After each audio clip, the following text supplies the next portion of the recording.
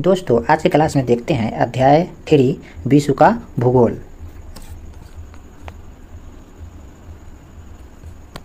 भूगोल का जनक किसे कहा जाता है? तो हिकेटियस को भूगोल का जनक कहा जाता है। भूगोल को एक अलग अध्ययन शास्त्र के रूप में स्थापित करने का श्रेय किस विद्वान को जाता है? तो इरेटोस्थनीज को जाता है। भूगोल के लिए ज्योग्राफी का शब्द का प्रयोग सर्वप्रथम किसने किया था? तो इरेटोस्थनीज ने किया था।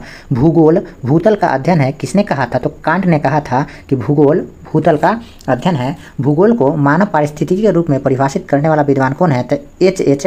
बैरोज है। गणितीय भूगोल का प्रारंभकर्ता कौन है? तो थेल्स है गणितीय भूगोल का प्रारंभकर्ता।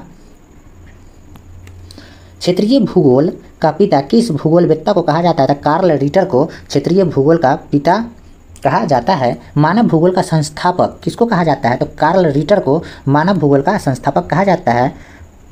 अब है सौरमंडल। सूर्य के चारों ओर घूमने वाले खगोलीय पिंड को क्या कहलाता है? तो ग्रह कहलाता है। सूर्य के चारों ओर घूमने वाले खगोलीय पिंड क्या कहलाता है? ग्रह कहलाता है। किस ग्रह के चारों ओर परिक्रमा करने वाले छोटे आकाशीय पिंड को क्या कहते हैं? तो उपग्रह कहते हैं। ग्रहों का गति का नियम किसने प्रतिपादन किया था? तो केपलर ने प्रतिपादन किया था। आकार के अनुसार सौरमंडल के ग्रहों का अवरोही क्रम क्या है? तो बृहस्पति, शनि, अरुण, वरुण, पृथ्वी, शुक्र, मंगल एवं बुध है। सूर्य के चारों ओर चक्कर लगाते ग्रह का वेग अधिकतम होता है जब सूर्य के समीप होता है। अंतरिक्ष में कुल कितने तारामंडल है? तो अंतरिक्ष में कुल, इसमें 88 दे रखा है, लेकिन अंतरिक्ष में कुल 89 तारामंडल है। ब्रह्मांड में विस्फोटी तारा क्या कहलाता है? तो अभिनव तारा कहलाता है। सौर प्रणाली की खोज किसने किया था? तो कोपरनिकस ने किया था। नॉर्वे में अर्धरात्रि के समय सूर्य कब दिखाई देता है? तो 21 जून को दिखाई देता है। एक ग्रह की अपने कक्ष में सूर्य के अधिकतम दूरी क्या कहलाता है? तो अपसौर कहलाता है। एक ग्रह की अपनी कक्ष में सूर्य से न्यूनतम दूरी क्या कहलाता है? तो उपसौर कहलाता है। किसके बीच की औसत दूरी को खगोलीय एकक कहा जाता है? तो पृथ्वी तथा सूर्य की दूरी को खगोलीय दूरी को खगोलीय एकक कहा जाता है। मध्यरात्रि के सूर्य का क्या अर्थ है? तो सूर्य के ध्रुवीय वृत्त में देर तक चमकना। मध्यरात्रि का सूर्य किस क्षेत्र में दिखाई देता है? तो आर्कटिक क्षेत्र में दिखाई देता है। सूर्य के रासायनिक मिश्रण में हाइड्रोजन का प्रतिशतता कितना है? तो 71% है।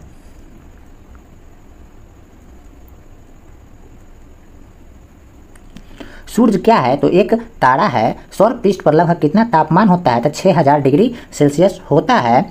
सूर्य के सबसे दूर कौन सा ग्रह है? तो वरुण ग्रह है।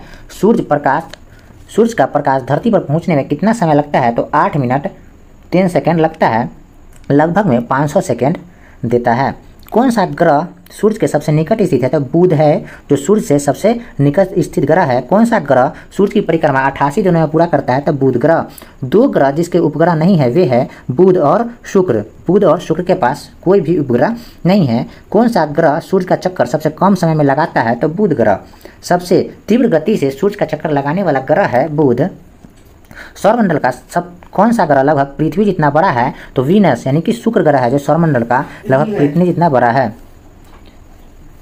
किस ग्रह को पृथ्वी का बहन कहा जाता है? तो शुक्र ग्रह को पृथ्वी का बहन कहा जाता है। किस ग्रह को शाम का तारा इवनिंग स्टार कहा जाता है? तो शुक्र को शाम का तारा कहा जाता है। सबसे चमकीला ग्रह है शुक्र।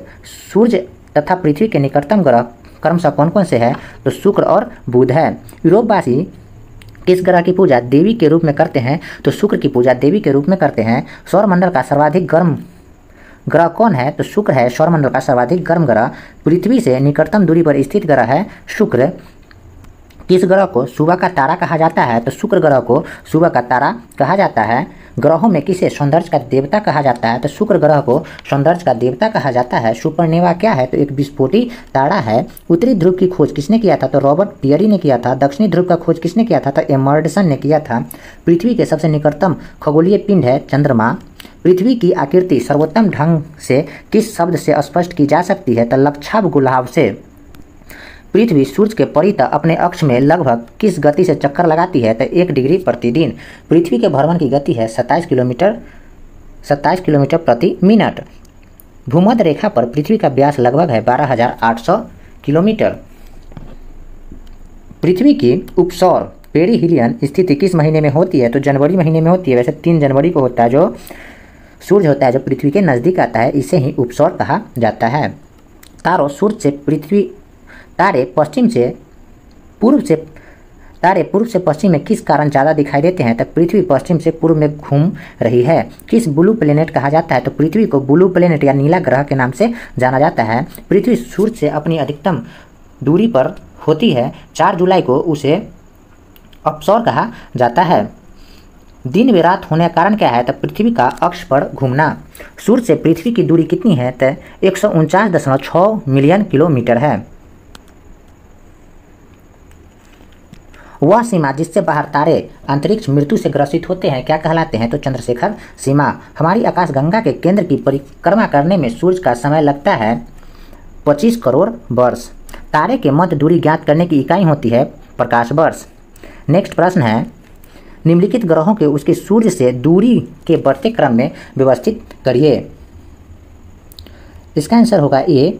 पहले आता है पृथ्वी, उसके बाद बृहस्पति, उसके बाद यूरेनस, उसके बाद प्लूटो आता है।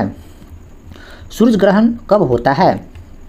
चंद्रमा जब सूर्य और पृथ्वी के बीच आ जाती है तो सूर्य ग्रहण होता है। सूर्य का प्रभाव मंडल होलो प्रकाश के अपवर्तन से उत्पन्न होता है पक्षाभ मेघों के हिम स्फटिकों में।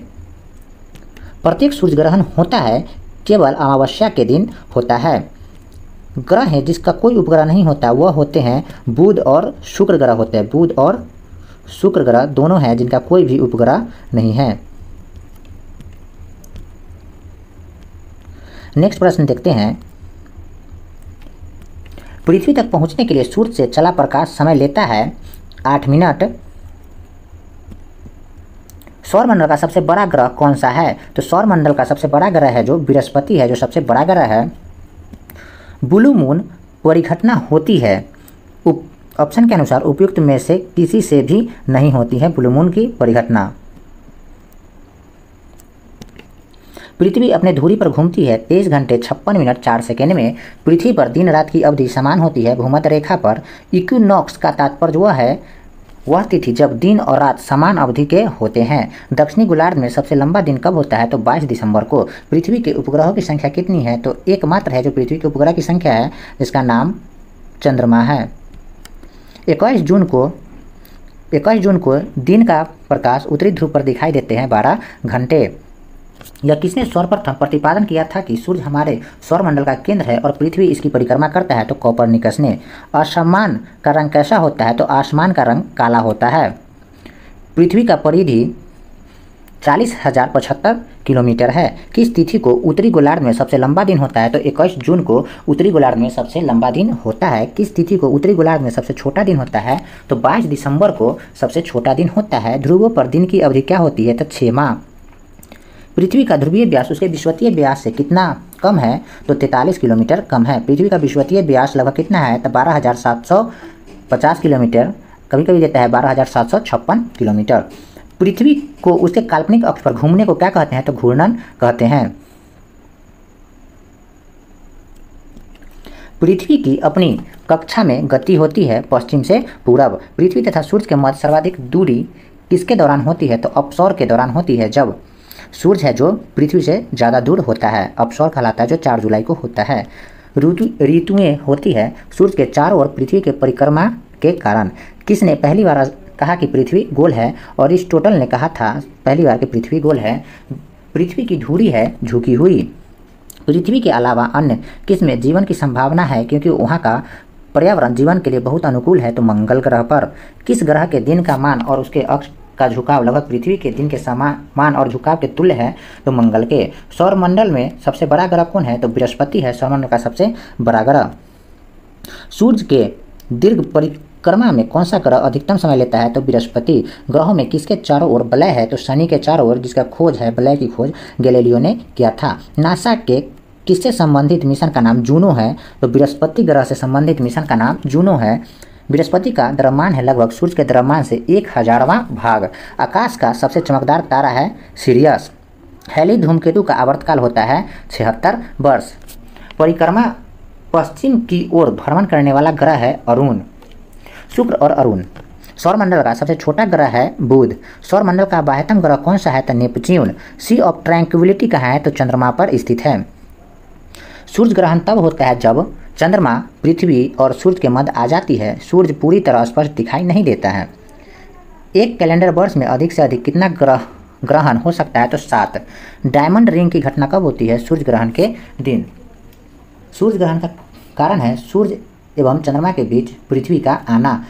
चंद्र ग्रहण घटित होती है पूर्णिमा के दिन। सूर्य और पृथ्वी के बीच औसत दूरी कितनी होती है? तो 150 × 10⁻6 किलोमीटर। कौन से ग्रह के सर्वाधिक प्राकृतिक उपग्रह अथवा चंद्र है? शनि के। सूर्य के बाह्यतम परत क्या कहलाता है? क्रीट या कोरोना कहलाता है। यदि पृथ्वी का अक्ष इसकी कक्षा के समतल के अनुलंब होता है तो क्या एक घटित नहीं हुआ होता है? तो उत्तरी ध्रुव हमेशा अंधेरे में रहेगा। अब देखते हैं स्थलमंडल, पृथ्वी का आंतरिक संरचना। पृथ्वी के धरातल से केंद्र की ओर निम्नलिखित का सही क्रम क्या है? तो सीमा, सियाल और नीफे। इसका क्रम है, सबसे पहले होता है सियाल, उसके बाद सीमा, उसके बाद नीफे। पृथ्वी की सबसे ऊपरी परत के लिए सर्वप्रथम सियाल शब्द का प्रयोग किसने किया था? तो सुएस ने किया था। पृथ्वी के केंद्र पर पाए जाने वाला चुंबकीय पदार्थ है निकेल। स्थल मंडल का तात्पर्य है पृथ्वी के बाह्य परत।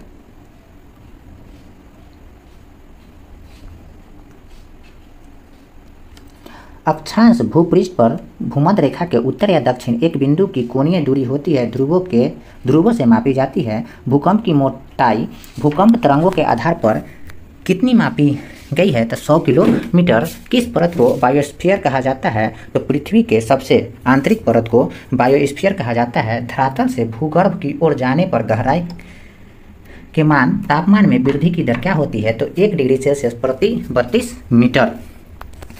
पृथ्वी पर सबसे उच्चतम तापक्रम रिकॉर्ड किए गए हैं 25 डिग्री उत्तरी अक्षांश पर। अब देखते हैं विश्व के महाद्वीप। विश्व में महाद्वीपों की कुल संख्या है 7। क्षेत्रफल की दृष्टि से विश्व का सबसे बड़ा महाद्वीप कौन सा है? तो एशिया। क्षेत्रफल की दृष्टि से सबसे छोटा महाद्वीप है ऑस्ट्रेलिया। किस महाद्वीप को प्रायद्वीपीय महाद्वीप के नाम से जाना जाता है? तो यूरोप महाद्वीप को प्रायद्वीपीय महाद्वीप के नाम से जाना जाता है। किस महाद्वीप को महाद्वीप के नाम से जाना जाता है? तो अंटार्कटिका महाद्वीप को महाद्वीप के नाम से जाना जाता है। इस महाद्वीप को महाद्वीपियों का महाद्वीप कहा जाता है। तो एशिया महाद्वीप को महाद्वीपों का महाद्वीप कहा जाता है। देखते हैं प्रश्न, निम्नलिखित में से कौन सा महाद्वीप क्षेत्रफल के अनुसार सबसे बड़ा है? तो क्षेत्रफल के अनुसार है जो अफ्रीका महाद्वीप है जो सबसे बड़ा है। कौन सा महाद्वीप द्वीपीय महाद्वीप के नाम से जाना जाता है? तो ऑस्ट्रेलिया महाद्वीप है जो द्वीपीय महाद्वीप के नाम से जाना जाता है। किस महाद्वीप को उसके काफ़ी बड़े भाग में वर्षा की कम मात्रा की प्राप्ति के कारण प्यासी भूमि का महाद्वीप कहते हैं? तो ऑस्ट्रेलिया को। और प्यासी भूमि का देश भी कहा जाता है तो ऑस्ट्रेलिया को। किस महाद्वीप की विषमताओं का महाद्वीप कहा जाता है? तो एशिया को। कौन सा महाद्वीप नई दुनिया के नाम से जाना जाता है? तो उत्तरी अमेरिका महाद्वीप है जो नई दुनिया के नाम से जाना जाता है।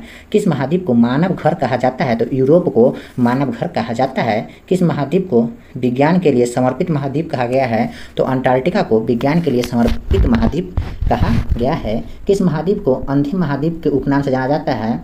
तो अफ्रीका को है जो अंधे महाद्वीप के उपनाम से जाना जाता है। किस महाद्वीप को विकास की अधिक संभावना के विद्यमता के कारण भविष्य का भंडार गृह कहा जाता है? तो एशिया को। किस महाद्वीप का विस्तार उत्तर, दक्षिणी, पूर्वी तथा पश्चिमी भरी गोलार्ध में है? तो अफ्रीका का।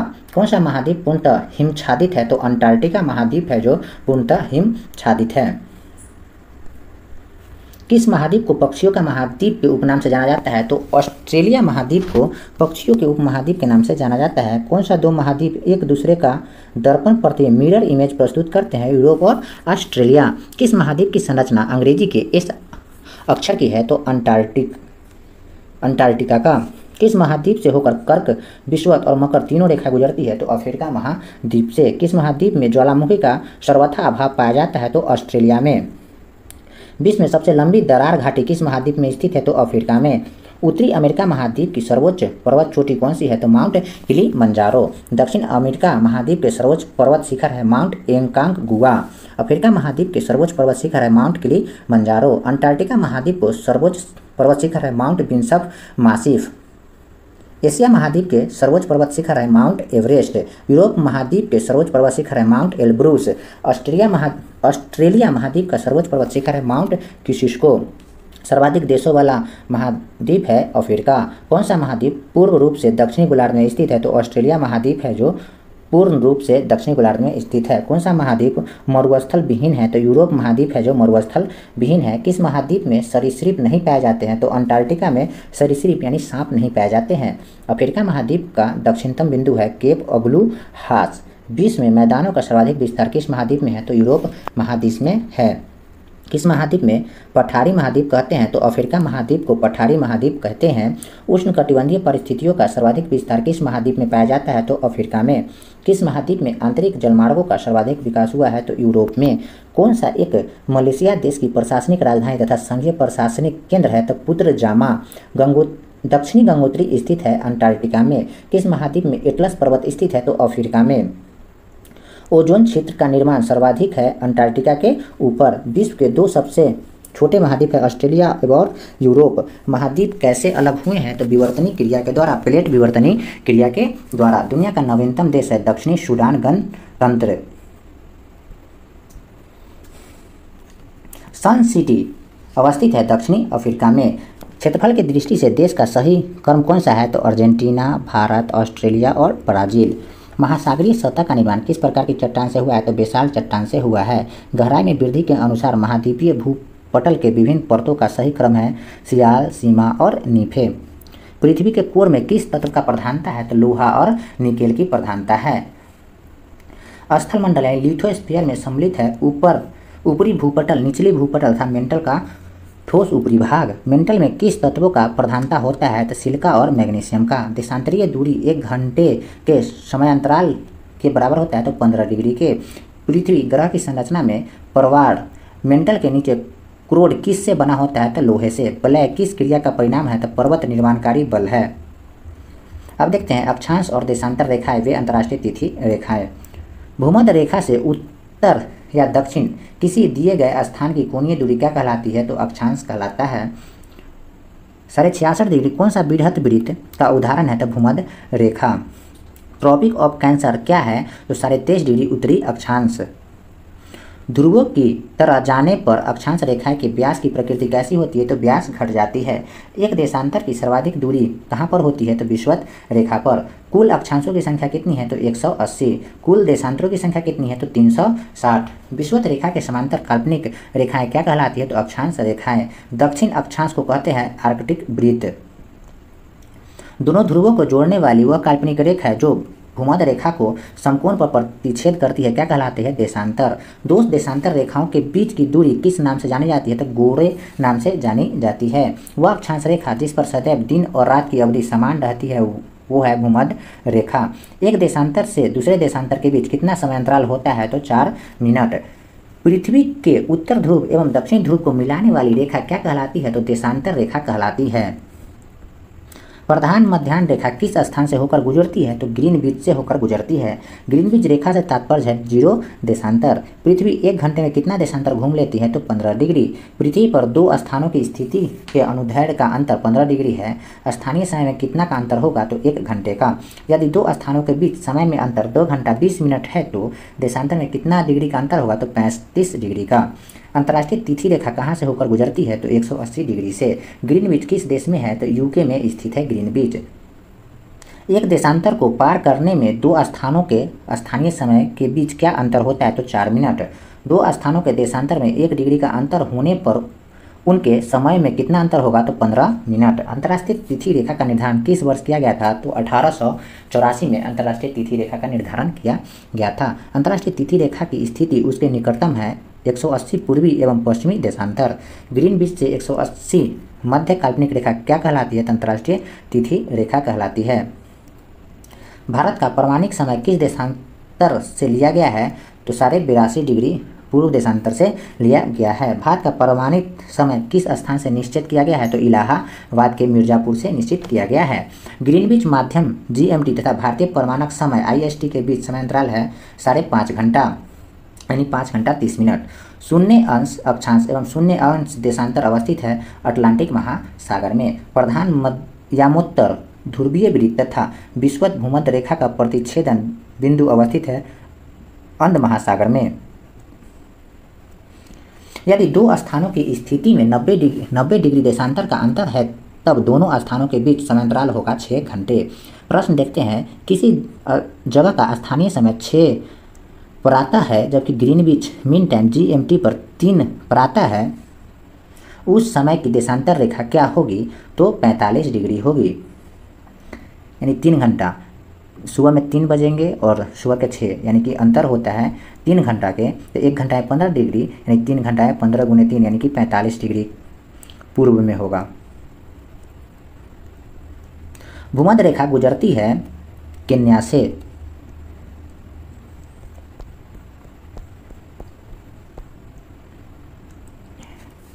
नेक्स्ट प्रश्न है, विषुवत या इक्विनॉक्स वर्ष के 2 काल जब दिन और रात बराबर होते हैं वो होते हैं 21 मार्च और 23 सितंबर। 21 मार्च और 23 सितंबर को दिन और रात बराबर होते हैं। नेक्स्ट प्रश्न है, उत्तरी गोलार्ध में वर्ष का सबसे छोटा दिन होता है 22 दिसंबर को।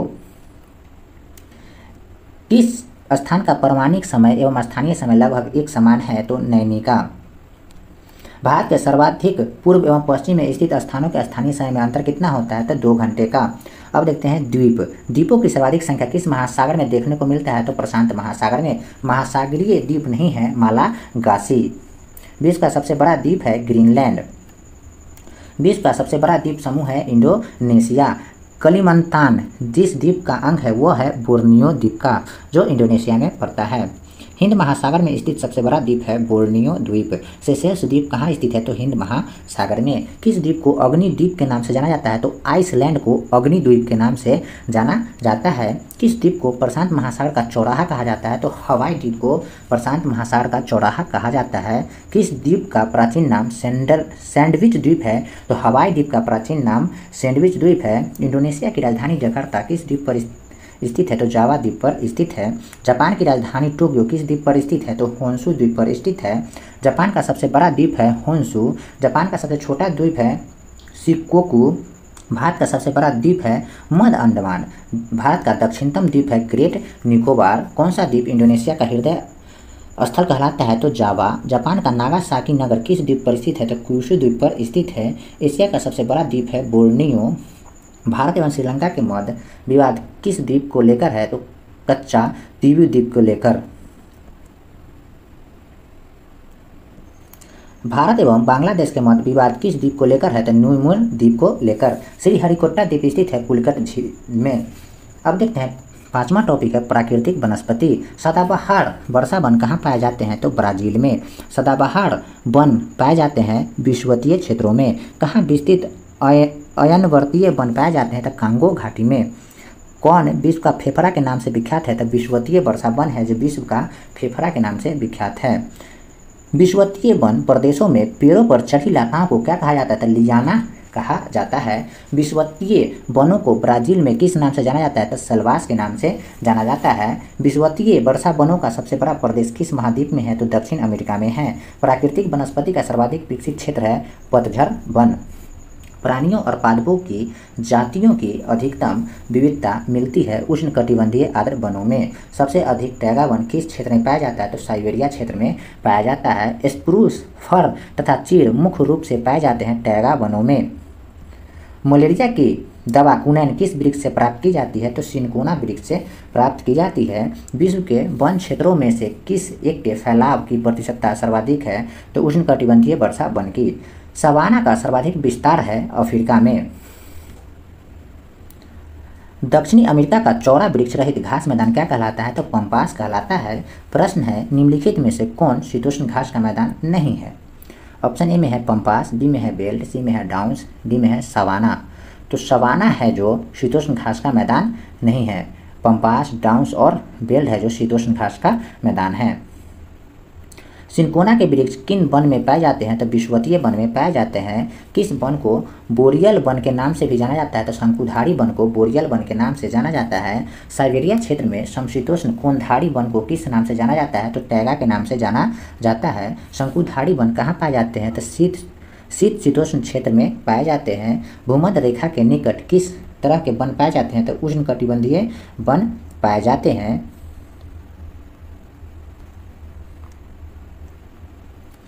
डेलवर्जिया जाति किसे संबंधित है? तो शीशम से संबंधित है। डेलवर्जिया जाति किसे संबंधित है? तो शीशम से। 2000 से 2005 की अवधि में वन क्षेत्र का सर्वाधिक ह्रास जहां देखा गया है वह है इंडोनेशिया। पृथ्वी को कितने समय कटिबंधों में बांटा गया है? तो 24 समय कटिबंध यानी 24 जोनों में बांटा गया है। छठा देखते हैं चट्टान। पृथ्वी के द्रव पदार्थों के घनीभूत हो जाने से बनी चट्टान को कहते हैं अग्नेय चट्टान। अग्नेय शैल कहलाती है मौलिक शैल। निर्माण की दृष्टि से कौन सी चट्टान सर्वाधिक प्राचीन है? तो अग्नेय चट्टान सर्वाधिक प्राचीन है। ग्रेनाइट की गणना किस प्रकार की चट्टान से की जाती है? तो अधिवितलीय या प्लूटोनिक चट्टान से। भूगर्भ में विशाल आकार की गुंबदाकार अग्नेय चट्टान को किस नाम से जाना जाता है? तो बेथोलिथ के नाम से। जानवरों, वनस्पतियों एवं सूक्ष्म जीवों के अवशेष किस प्रकार के चट्टानें पाए जाते हैं? तो अपसादी चट्टान में पाए जाते हैं। धरातल के सर्वाधिक भाग पर किस चट्टान का विस्तार पाया जाता है? तो अपसादी चट्टान का विस्तार पाया जाता है। कोयला किस चट्टान में पाए जाते हैं? तो परतदार चट्टान में कोयला पाए जाते हैं। पेट्रोलियम खनिज तेल किन चट्टानों में पाया जाता है? तो प्राचीन संस्तरित चट्टान में पाए जाते हैं। बलुआ पत्थर परिवर्तित होता है क्वार्टाजाइट में। चूना पत्थर लाइमस्टोन का क्रांतिक रूप है संगमरमर। बेसाल्ट से रूपांतरण के फलस्वरूप किस चट्टान का निर्माण होता है? तो एम्फीबोलाइट चट्टान का। रूपांतरित चट्टान की उत्पत्ति किन चट्टानों से हुई है? तो अग्नेय और तलछटी चट्टानों से। अपक्षय की कौन सी एक प्रक्रिया यांत्रिक और रासायनिक दोनों अपक्षय की है? तो जल योजन। कौन सा मृत सेल है? तो अग्नेय है जो मृत सेल है। अब देखते हैं भूकंप। भूकंप की आंतरिक संरचना का विश्वसनीय जानकारी प्राप्त करने का सबसे प्रमुख स्रोत है भूकंप विज्ञान। भूगर्भ में जिन स्थान पर भूकंपीय तरंगों की उत्पत्ति होती है उस स्थान को क्या कहा जाता है? तो भूकंप केंद्र। भूकंप मूल वह स्थान है जहां से भूकंप की उत्पत्ति होती है। अधिकेंद्र ईपी सेंटर भूकंप का एक बिंदु है जो संबंधित है भूकंप उद्गम केंद्र के ऊपरी भूपृष्ठ बिंदु से। धरातल के जिस स्थान पर सर्वप्रथम भूकंप का अनुभव किया गया था वो भूकंप अधिक केंद्र था। अतः सागरीय भूकंपों का उत्पन्न समुद्री लहरों को क्या कहा जाता है? तो सुनामी कहा जाता है। भूकंपों में धरातलीय तरंग होती है एल तरंग। कौन सी भूकंपीय तरंग सर्वाधिक क्षति पहुंचाती है? तो दीर्घ पृष्ठीय। सुनामी का मुख्य कारण क्या है? तो भूकंप है। विश्व के सर्वाधिक 63% की लगभग भूकंप किस पेटी में आते हैं? तो परिप्रशांत महासागरीय पेटी में। सम भूकंप रेखा है आइसो सेमी हॉल लाइन का आकार प्रायः होता है अनियमित। सुनामी किस भाषा का शब्द है? तो जापानी भाषा का शब्द है सुनामी। किस देश में भूकंप से उत्पन्न विनाशकारी समुद्री तरंगों को सुनामी कहते हैं? तो जापान को। तरल पदार्थों से होकर न गुजर सकने वाली भूकंपीय लहर कौन सी है? तो एस तरंग। भूकंप मापा जाता है रिएक्टर पैमाना से। सिस्मोग्राफ किसे मापने के लिए काम में लाया जाता है? तो भूकंपीय तरंगों को। भूकंप के अध्ययन को कहते हैं सिस्मोलॉजी। समान भूकंपीय तीव्रता अर्थात समान बर्बादी वाले स्थानों को मिलाने वाली रेखा क्या कहलाता है? तो समभूकंप रेखा। कौन सी अनुमेय प्राकृतिक आपदा है? तो भूकंप। कौन सा एक एशिया के पूर्वी सीमांतों में होने वाले भूकंपों का कारण बताता है? तो एशिया प्लेट के नीचे पैसिफिक प्लेट का अवगमन। भूकंप के समय किस तरंग का उद्गम होता है? तो पी, एस और एल तीनों तरंग का। भूकंप आने की प्रकृति का कारण है ज्वालामुखी विस्फोट। भूकंप आने का मानवीय कारण है खनन विस्फोट। संरचनात्मक या भ्रंश मूलक भूकंप किसे कहते हैं? तो विवर्तनिक भूकंप को। प्राथमिक तरंग को अन्य किस नाम से जाना जाता है? तो अनुदैर्ध्य तरंग के रूप में। किस इटालियन वैज्ञानिक ने भूकंप मापन का विकास किया था? तो मर्केली ने। किस इटालियन वैज्ञानिक ने भूकंप मापन का विकास किया था? तो मर्केली ने। सीई रिक्टर ने किस रिक्टर स्केल का विकास कब किया था? तो 1935 में। अब देखते हैं ज्वालामुखी। डाइक क्या है? तो ज्वालामुखी निर्मित आंतरिक स्थलाकृति है। काल्डेरा संबंधित है ज्वालामुखी से। वह कौन सा महाद्वीप है जहां एक भी ज्वालामुखी नहीं है? तो ऑस्ट्रेलिया महाद्वीप है। अग्निवलय सर्कल ऑफ फायर किसे कहा जाता है? तो प्रशांत परिमेखला को। लेकोलिथ संबंधित है ज्वालामुखी से। पेलो अश्रु की उत्पत्ति कब होती है? तो ज्वालामुखी उद्गार के समय। ज्वालामुखी से सबसे अधिक कौन सी गैस निकलती है? तो जल वाष्प। ज्वालामुखी विस्फोट से निकलने वाली गैसों में जलवाष्प की मात्रा सबसे अधिक पाई जाती है। इसके अतिरिक्त carbon dioxide, sulphur dioxide, hydrogen sulphide, hydrogen carbon monoxide, hydrogen chloride, hydrogen fluoride, helium अन्य प्रमुख गैसें हैं।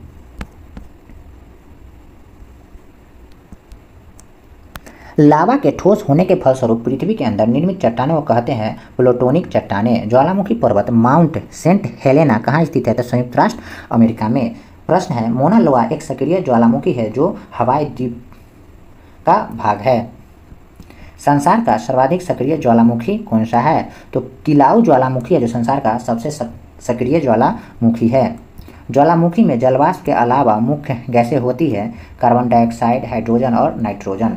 विश्व के अधिकांश सक्रिय ज्वालामुखी पाए जाते हैं नवीन मोरदार पर्वतीय क्षेत्रों में। प्रशांत महासागर के चारों तरफ स्थित ज्वालामुखी की पेटी क्या कहा जाता है? तो अग्नि श्रृंखला। लंबे समय तक शांत रहने के पश्चात विस्फोट होने वाले ज्वालामुखी क्या कहलाता है? तो सुषुप्त ज्वालामुखी। किसे प्रकृति का सुरक्षा बल्ब कहा जाता है? तो ज्वालामुखी को प्रकृति का सुरक्षा बल्ब कहा जाता है। किस ज्वालामुखी में अक्सर उद्गार होती रहती है? जागृत ज्वालामुखी में। क्रेटर तथा काल्डेरा स्थलाकृति किससे संबंधित है? तो ज्वालामुखी से। कोटोपैक्सी कहाँ स्थित है? तो इक्वाडोर में स्थित है। ज्वालामुखी की सक्रियता अधिक पाई जाती है जापान में। संसार का सर्वाधिक सक्रिय ज्वालामुखी है किलाउ ज्वालामुखी। ज्वालाखंडाश्मी क्या होता है? तो तप्त सेल के टुकड़े और लावा होता है। पेले के बाल पेल्स हेयर का संबंध किस प्रकार के ज्वालामुखी से है? तो हवाई तुल्य से।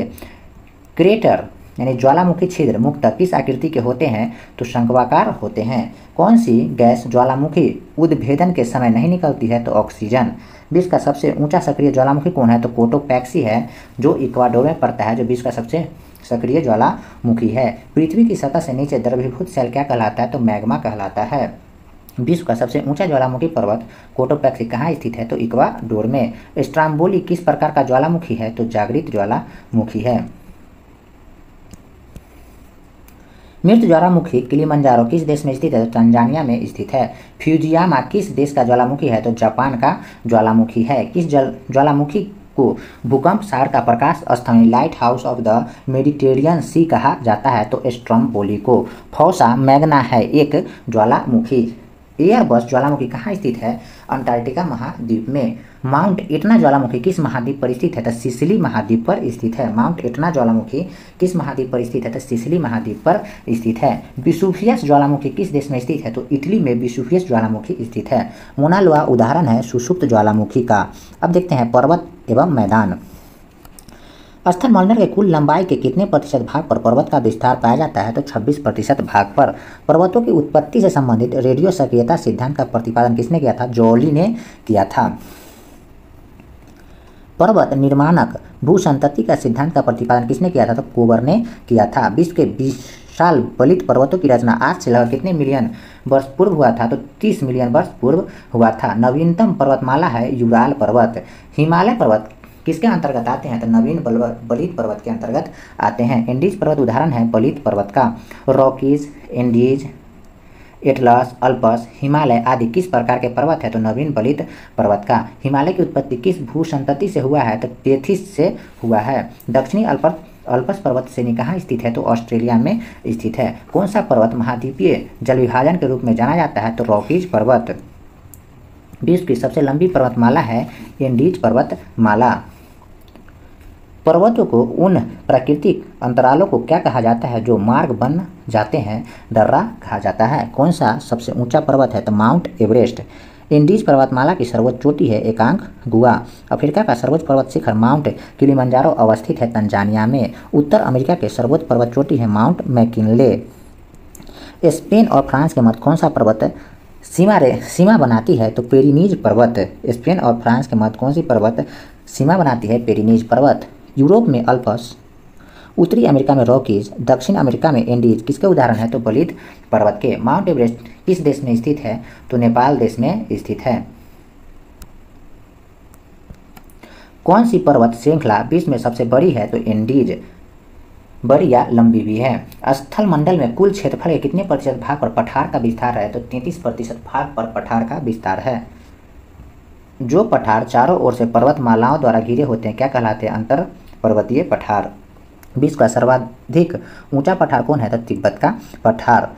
पोटवार पठार किस देश में स्थित है? तो पाकिस्तान में। पोटवार पठार किस देश में स्थित है? तो पाकिस्तान में। लोएस पठार किस देश में स्थित है? तो चीन में।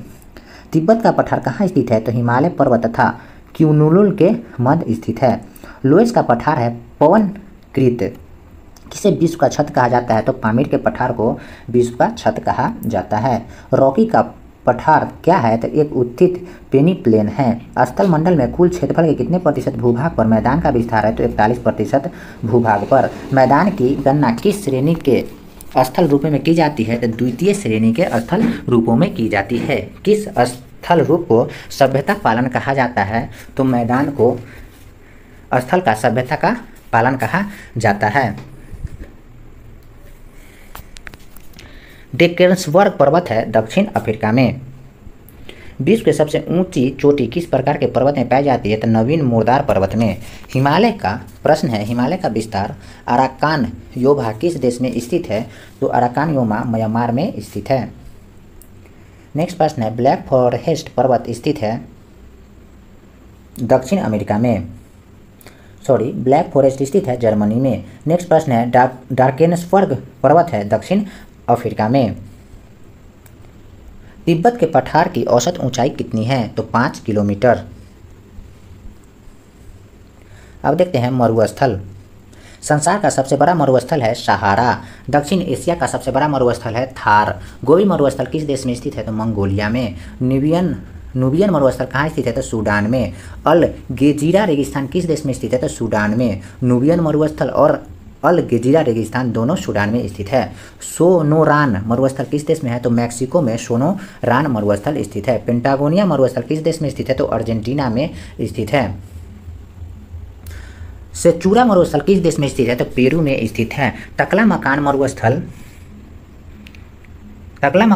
किस देश में स्थित है? तो चीन में स्थित है। कालाहारी मरुस्थल किस देश में स्थित है? तो बोत्सवाना में स्थित है। विश्व के शीत मरुस्थल को अन्य किस नाम से जाना जाता है? तो टुंडा के नाम से जाना जाता है। महाद्वीपों के समांतर किस भाग में मरुस्थल की उपस्थिति पाई जाती है? तो पश्चिमी भाग में। पृथ्वी के स्थल पृष्ठ का कितना भाग रेगिस्तान है? तो 5वां भाग। थार मरुस्थल किस देश में स्थित है? तो भारत में। विश्व का सबसे सूक्ष्म मरुस्थल है अटकामा। विश्व का मरुस्थल विहीन महाद्वीप है यूरोप। कालाहारी रेगिस्तान कहाँ स्थित है? तो दक्षिण पश्चिम अफ्रीका में। सहारा मरुस्थल कहाँ स्थित है? तो उत्तरी अफ्रीका में। अटकामा मरुस्थल किस दक्षिण अमेरिका देश में है? तो चिली में। मरुद्वीपीय किससे संबंधित है? तो रेगिस्तान से। विश्व का सबसे बड़ा शीतोष्ण मरुस्थल है तकला मकान मरुस्थल। सहारा अरेबिया जैसे उष्ण मरुस्थल नगण्य मात्रा में वर्षा प्राप्त करते हैं। वे वायुमंडल के उष्णकटिबंधीय उच्च दाब कटिबंधीय पर अवस्थित है। प्रश्न देखते हैं, संसार का सबसे बड़ा मरुस्थल कौन सा है? तो संसार का सबसे बड़ा मरुस्थल सहारा है। संसार का सर्वाधिक जनसंख्या वाला मरुस्थल थार है। संसार का सर्वाधिक जनसंख्या वाला मरुस्थल थार है। यहाँ का घनत्व 83 व्यक्ति प्रति वर्ग किलोमीटर है, जबकि अन्य मरुस्थल में जनसंख्या का 7 व्यक्ति प्रति वर्ग किलोमीटर तक मिलता है। नेक्स्ट प्रश्न है, गोबी मरुस्थल किस देश में स्थित है? तो गोबी मरुस्थल मंगोलिया देश में स्थित है।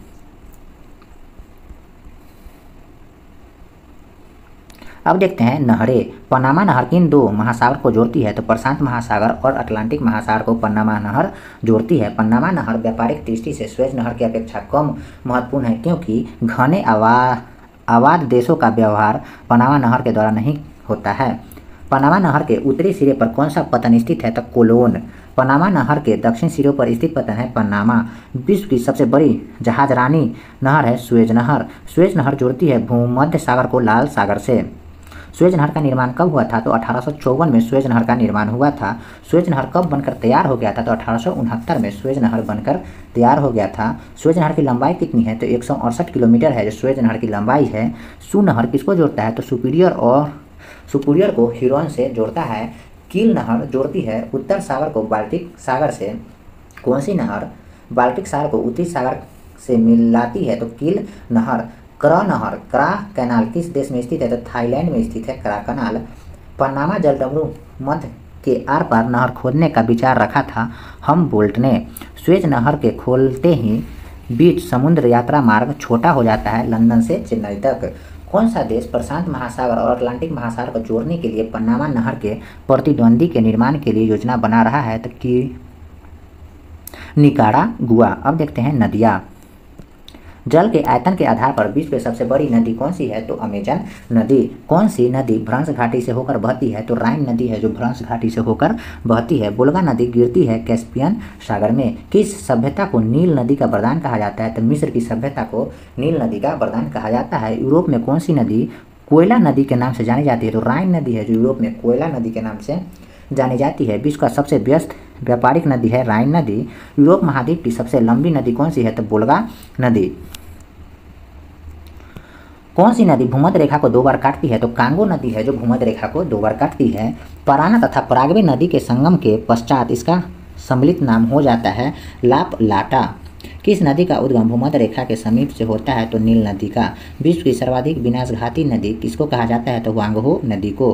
कौन सी नदी मकर रेखा को 2 बार काटती है? लिम्पोपो नदी। किस नदी को यूरोपीय व्यापार की जीवन रेखा कहा जाता है? तो राइन नदी को। महावली गंगा किस देश की सबसे बड़ी नदी है? तो श्रीलंका की सबसे बड़ी नदी है महावेली गंगा।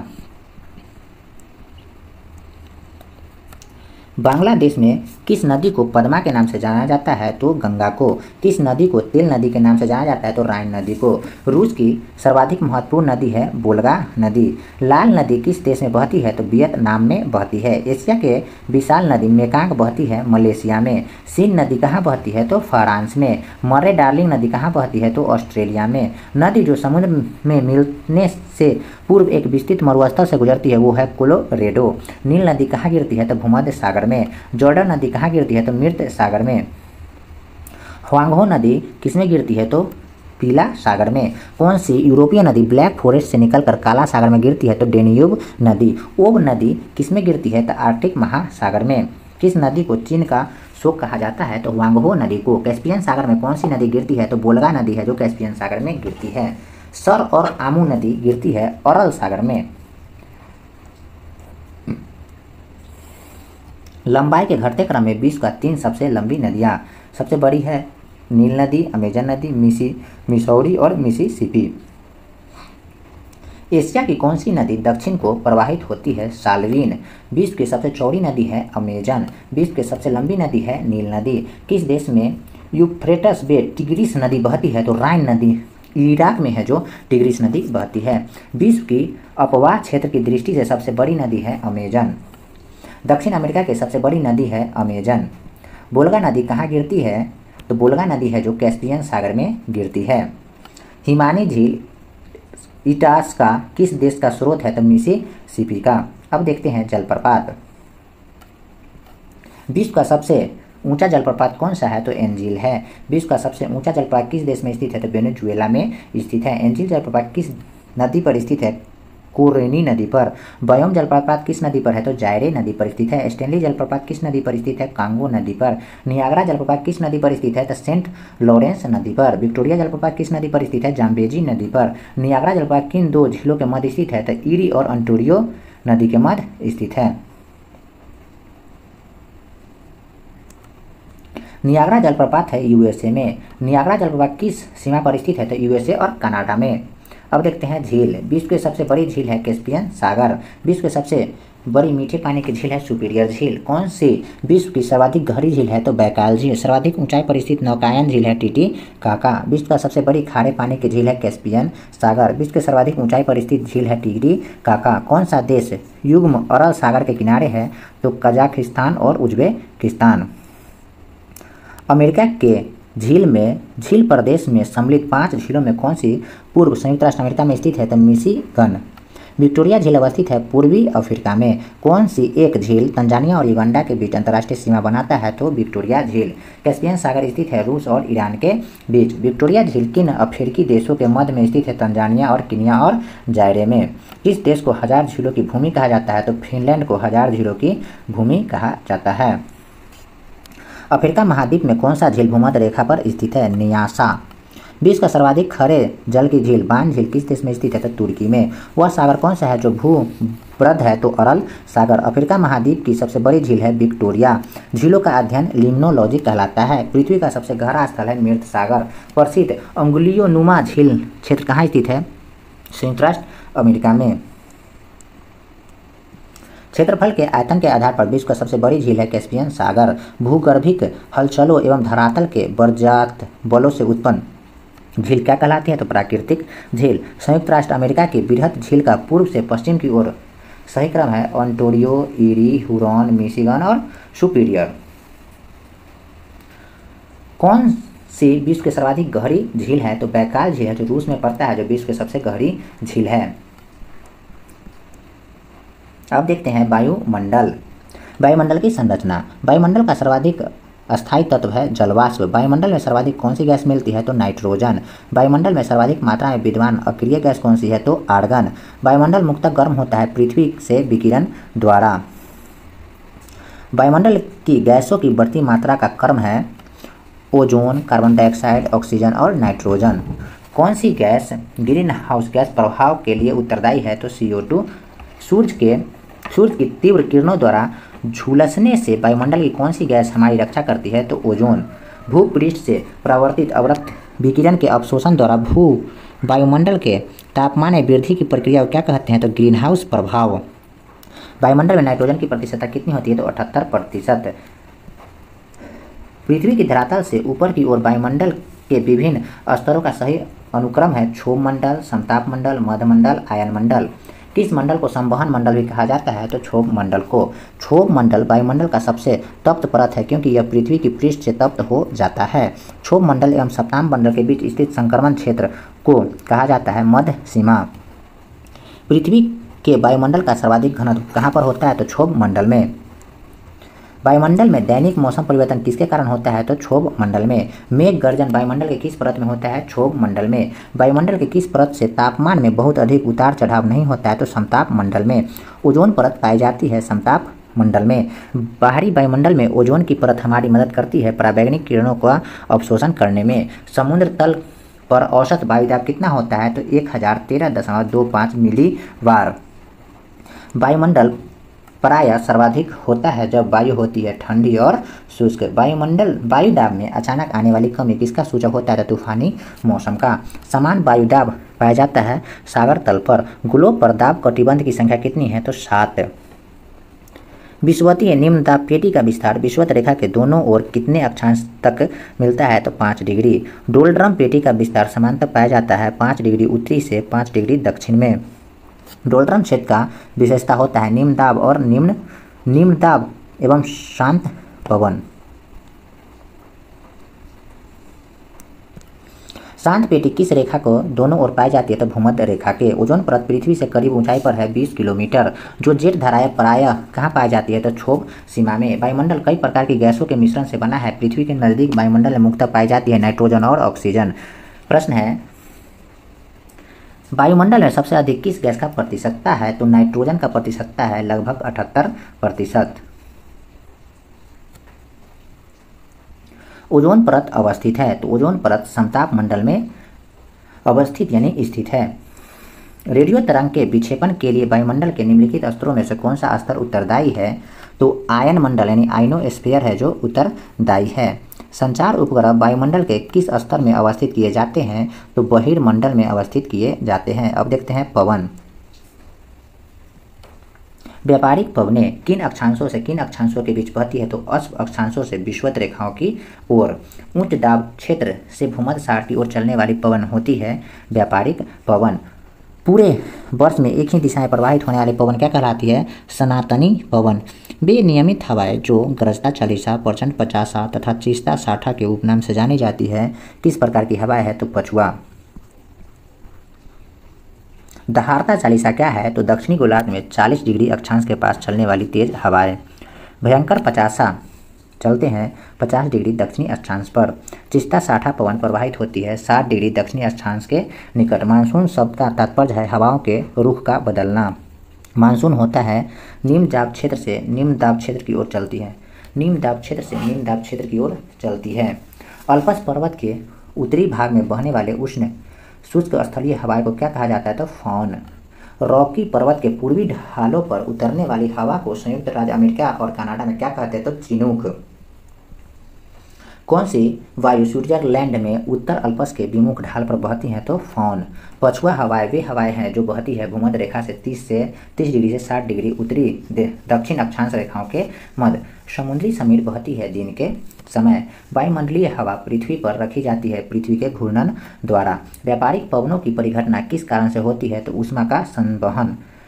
शिरो को एक नाम किस अर्थ के लिए प्रयुक्त होता है? तो एक स्थानीय पवन के लिए। डोलड्रम क्या है? तो उष्णकटिबंधीय पवन पट्टी।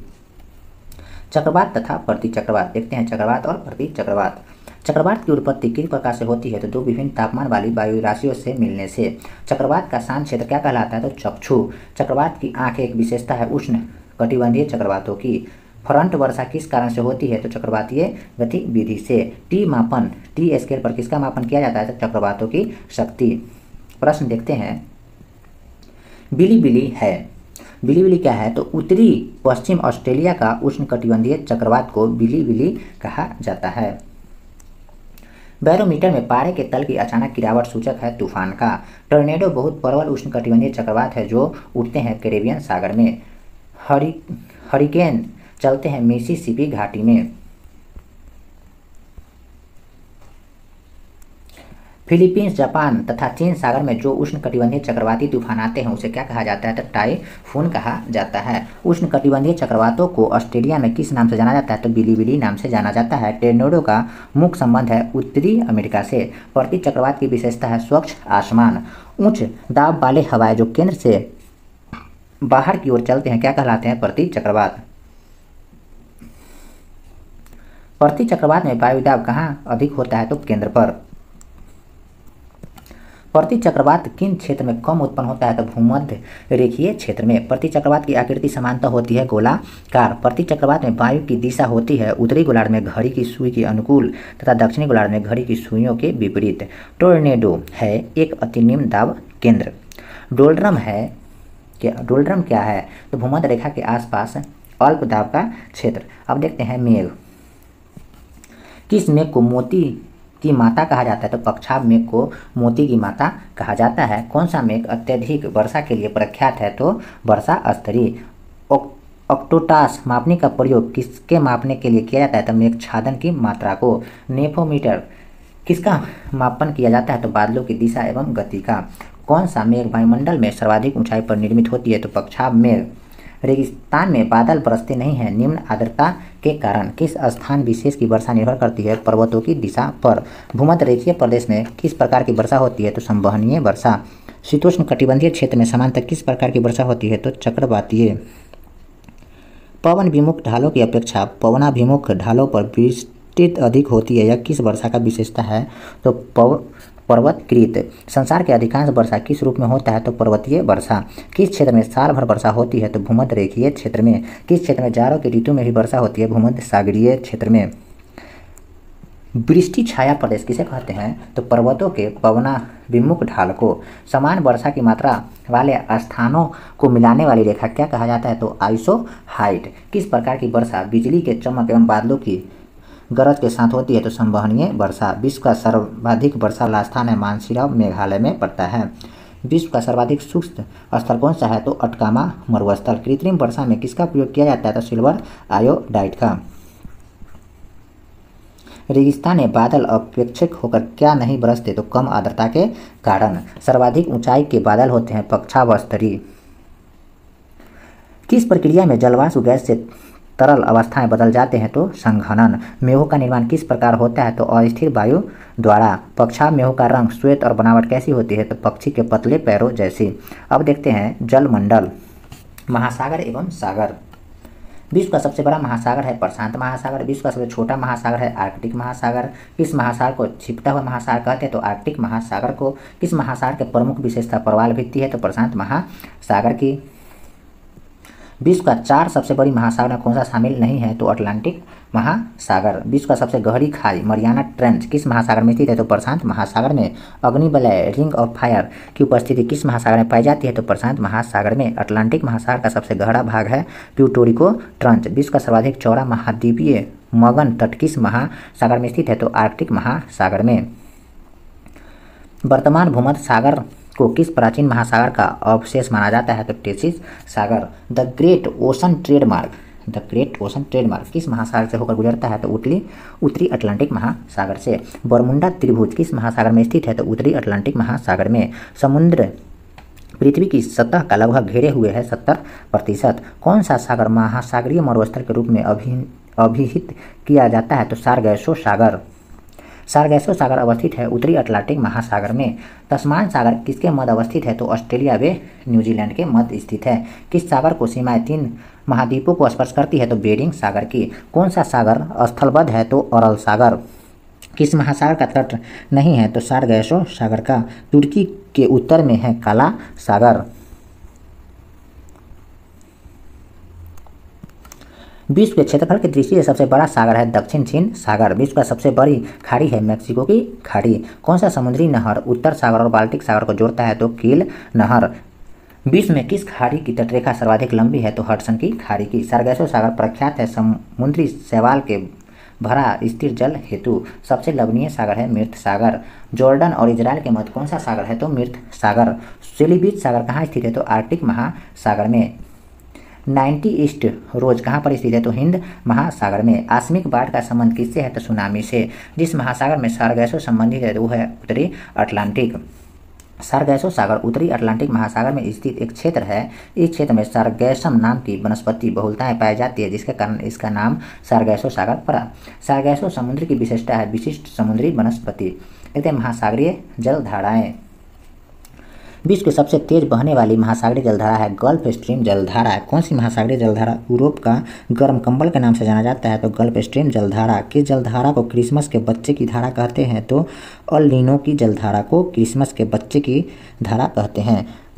गहरा नीला रंग होने के कारण किस जलधारा को जापानी लोग जापान की काला धारा ब्लैक स्ट्रीम ऑफ जापान कहते हैं? तो क्यूरोसियो की जलधारा को। किस जलधारा को हम्बोल्ट की जलधारा के नाम से भी जाना जाता है? तो पेरू की जलधारा को। समुद्र की गर्म जलधारा किस ओर जाती है? तो ध्रुव की ओर। गल्फ स्ट्रीम धारा की उत्पत्ति होती है मैक्सिको की खाड़ी में। अल नीनो जलधारा कहाँ प्रकट होता है? पेरू के तट पर। चिली और पेरू के तट से दूर शीत जल के अप्रवाह से बनी धारा कहलाती है हम्बोल्ट धारा। महासागर की जलधारा का एक असर यह होता है कि वह जल को साफ रखती है। लेब्राडोर की ठंडी धारा गल्फ स्ट्रीम की गर्म धारा कहाँ एक दूसरे को मिलती है? तो उत्तरी अमेरिका के उत्तरी पूर्व तट पर। अफ्रीका के दक्षिण पश्चिम तट पर बहने वाली महासागरीय जलधारा है बेंगुला जलधारा। कौन सी धारा दक्षिणी अटलांटिक महासागर में धाराओं के एक पूर्व वृत्त के निर्माण में योगदान नहीं देता है? तो केनेरी। शीत समुद्री धारा है हम्बोल्ट धारा। हिंद महासागर में सागर धाराओं के नियमित दिशा में परिवर्तन के लिए कौन से कारण उत्तरदायी थे? हिंद महासागर में मानसूनी प्रवाह पाया जाता है। बेगुला धारा है ठंडी महासागरीय धारा। रेनेल जलधारा किस महासागर की जलधारा है? तो अटलांटिक महासागर की जलधारा है रेनेल जलधारा। ब्राजील की जलधारा है गर्म जलधारा। पूर्वी ऑस्ट्रेलियाई धारा किस प्रकार की है? तो गर्म सागरीय धारा। अग्लुहास धारा चलती है हिंद महासागर में। निम्न में से कौन सी शीत धारा है? तो पेरुवियन या हम्बोल्ट की धारा है जो शीत धारा है। गल्फ स्ट्रीम है एक महासागरीय धारा। अब देखते हैं महासागरीय लवणता। विश्व में सर्वाधिक लवणता पाई जाती है मृत सागर में। सागरीय जल में सर्वाधिक मात्रा में पाए जाने वाले लवण है सोडियम क्लोराइड। महासागरीय जल में लवणता की सर्वाधिक मात्रा किस अक्षांश के मध्य पाई जाती है? तो 20 से 40 डिग्री अक्षांश के मध्य। समुद्रीय जल की औसत लवणता होती है 35 डिग्री। महासागरीय जल की सर्वाधिक लवणता पाई जाती है 35 डिग्री अक्षांश के निकट। सामान्यतः महासागरीय जल की लवणता गहराई में वृद्धि के साथ बढ़ता है। लवणता की मात्रा सर्वोच्च होती है मृत सागर में। सागरीय लवणता का स्रोत है नदियाँ। अरब सागर के पानी का औसत खारापन है 35 ppt। मृत सागर में उच्च लवणता का कारण है स्थिर जल। काला सागर में लवणता की मात्रा कम होने का कारण है नदियों द्वारा स्वच्छ जल की आपूर्ति। किस महासागर की लवणता सबसे अधिक है? तो अटलांटिक महासागर की। उत्तर सागर में अपेक्षाकृत अधिक लवणता का कारण है उत्तरी अटलांटिक प्रवाह।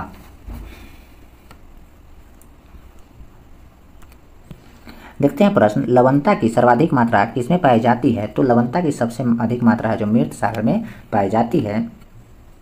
लवणता की सर्वाधिक मात्रा पाई जाती है तो मृत सागर में पाई जाती है।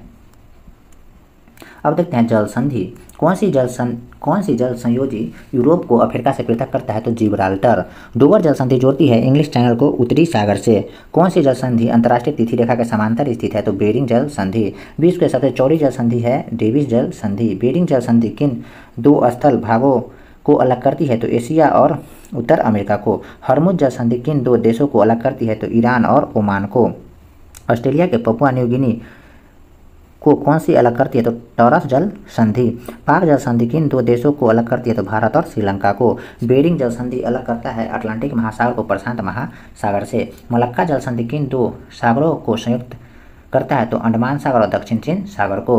भूमध्य सागर एवं अटलांटिक महासागर को जोड़ने वाली जल संधि है जिब्राल्टर जल संधि। जाफना प्रायद्वीप तथा श्रीलंका के मुख्य भूमि को जोड़ने वाला पास है एलिफेंटा पास।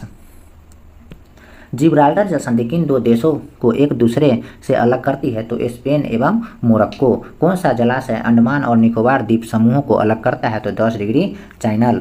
पाक स्टेट किसके बीच स्थित है? तो बंगाल की खाड़ी और मन्नार की खाड़ी के। किस मरुस्थल में से निकलने वाले सुरंग यूनाइटेड किंगडम और फ्रांस को जोड़ती है? तो डोवर जल संधि। कौन सी जल डमरू मध्य अंतर्राष्ट्रीय तिथि रेखा को सर्वाधिक निकट है? तो बेरिंग जल डमरू मध्य। इंग्लिश चैनल स्थित है इंग्लैंड और फ्रांस के बीच। हिंद महासागर और लाल सागर को कौन सी जल संधि जोड़ती है? तो बाब अल मंदेब। मलक्का जल संधि संयोजन में आने जाने की सुविधा है हिंद महासागर से चीन सागर तक। प्रश्न देखते हैं, निम्नलिखित जल डमरू मध्यों में से किस एक से निकली गई सुरंग यूनाइटेड किंगडम और फ्रांस को जोड़ती है? तो डोवर जल डमरू मध्य। 10 डिग्री चैनल पृथक करता है अंडमान को निकोबार द्वीप से। अब देखते हैं प्रवाल भित्ति। प्रवाल क्या है? तो एक समुद्री जीव है। प्रवाल भित्ति समुद्री जीवों द्वारा निर्मित भित्ति है। कौन सा सागर प्रवाल की उत्पत्ति के लिए उत्तरदायी है? तो उष्ण कटिबंधीय महासागर। प्रवाल के विकास के लिए औसत सागरीय लवणता कितनी होनी चाहिए? 27 से 32%। प्रवाल भित्तियाँ मुख्य रूप से पाई जाती है 30 डिग्री नॉर्थ से 30 डिग्री साउथ अक्षांश के मध्य। जो प्रवाल भित्ति समुद्र तट से कुछ दूर हटकर बनी होती है कहलाती है अवरोधक प्रवाल भित्ति। किस प्रवाल भित्ति का आकार घोड़े के नाल या मुद्रिका के समान होती है? तो एटोल का। तटीय प्रवाल भित्ति एवं स्थल खंड के बीच विकसित होने वाले लैगून को क्या कहते हैं? Boat channel. प्रवाल भित्तियों की उत्पत्ति से संबंधित भू अवतल सिद्धांत का प्रतिपादन किसने किया था? तो डार्विन ने किया था। प्रवाल भित्तियाँ की उत्पत्ति से संबंधित हिमानी नियंत्रण सिद्धांत का प्रतिपादन किसने किया था? डॉली ने। विश्व की सबसे बड़ी प्रवाल भित्ति ग्रेट बैरियर रीफ कहाँ स्थित है? तो ऑस्ट्रेलिया के पूर्व में। ग्रेट बैरियर रीफ की लंबाई और चौड़ाई क्रमशः कितनी है? तो 1900 किलोमीटर और 160 किलोमीटर। ऑस्ट्रेलिया के पूर्वी तट पर स्थित ग्रेट बैरियर रीफ किस प्रवाल भित्ति का उदाहरण है? तो अवरोधक प्रवाल भित्ति का। प्रवाल भित्तियाँ समुद्री प्रतिरूप है उष्ण कटिबंधीय वर्षा वनों की। विश्व की सबसे बड़ी प्रवाल भित्ति किस देश के तट के निकट पाई जाती है? तो ऑस्ट्रेलिया के। ग्रेट बैरियर रीफ किसके समीप स्थित है? तो ऑस्ट्रेलिया के। कोरल रीफ या जीवन पट्टी प्रायः कहाँ पाई जाती है? तो 18 डिग्री सेल्सियस से ऊपर शीतोष्ण जलवायु क्षेत्र में। पोर्ट ब्लेयर के समीप की प्रसिद्ध प्रवाल भित्ति मृत हो रही है अत्यधिक मत्स्यन के कारण। कोरल रीफ या जीवाश्म पट्टी प्रायः कहाँ पाई जाती है? तो कर्क और मकर रेखा के बीच तटीय क्षेत्र में। ग्रेट बैरियर रीफ कहाँ स्थित है? तो प्रशांत महासागर में। प्रवाल द्वारा निर्मित ग्रेट बैरियर रीफ किस तट के समीप स्थित है? तो क्वींसलैंड के। अब देखते हैं ज्वार भाटा। प्रगामी तरंग सिद्धांत किसके उत्पत्ति की व्याख्या करता है? तो ज्वार भाटा की। ज्वार भाटा की उत्पत्ति के संबंध में प्रगामी तरंग का सिद्धांत का प्रतिपादन किसने किया था? विलियम बेवेल ने।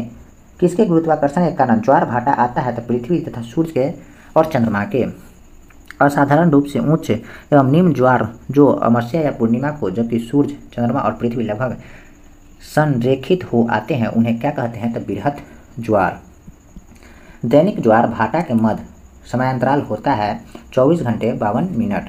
अर्ध दैनिक ज्वार भाटा प्रायः कितने समय के बाद आते हैं? तो 12 घंटे 26 मिनट के बाद आते हैं। जब सूर्य और चंद्रमा पृथ्वी के निकटतम पहुंचकर सीधी अवस्था प्राप्त कर लेती है तो ऐसी स्थिति में आने वाले ज्वार को क्या कहा जाता है? तो स्वच्छ ज्वार कहा जाता है।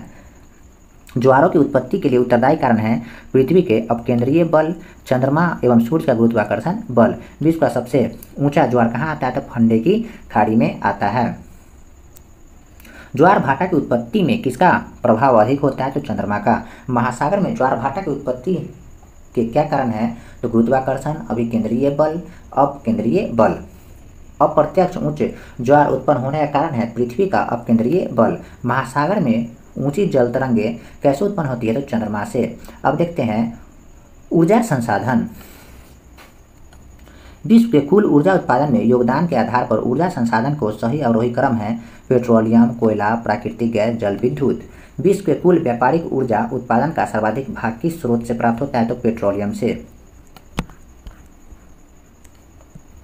पेट्रोलियम पदार्थ कहाँ से प्राप्त होते हैं? तो तलछटी चट्टानों से। पेट्रोलियम के संचित भंडार की दृष्टि से देशों का सही अवरोही क्रम है सऊदी अरब, इराक, कुवैत और ईरान।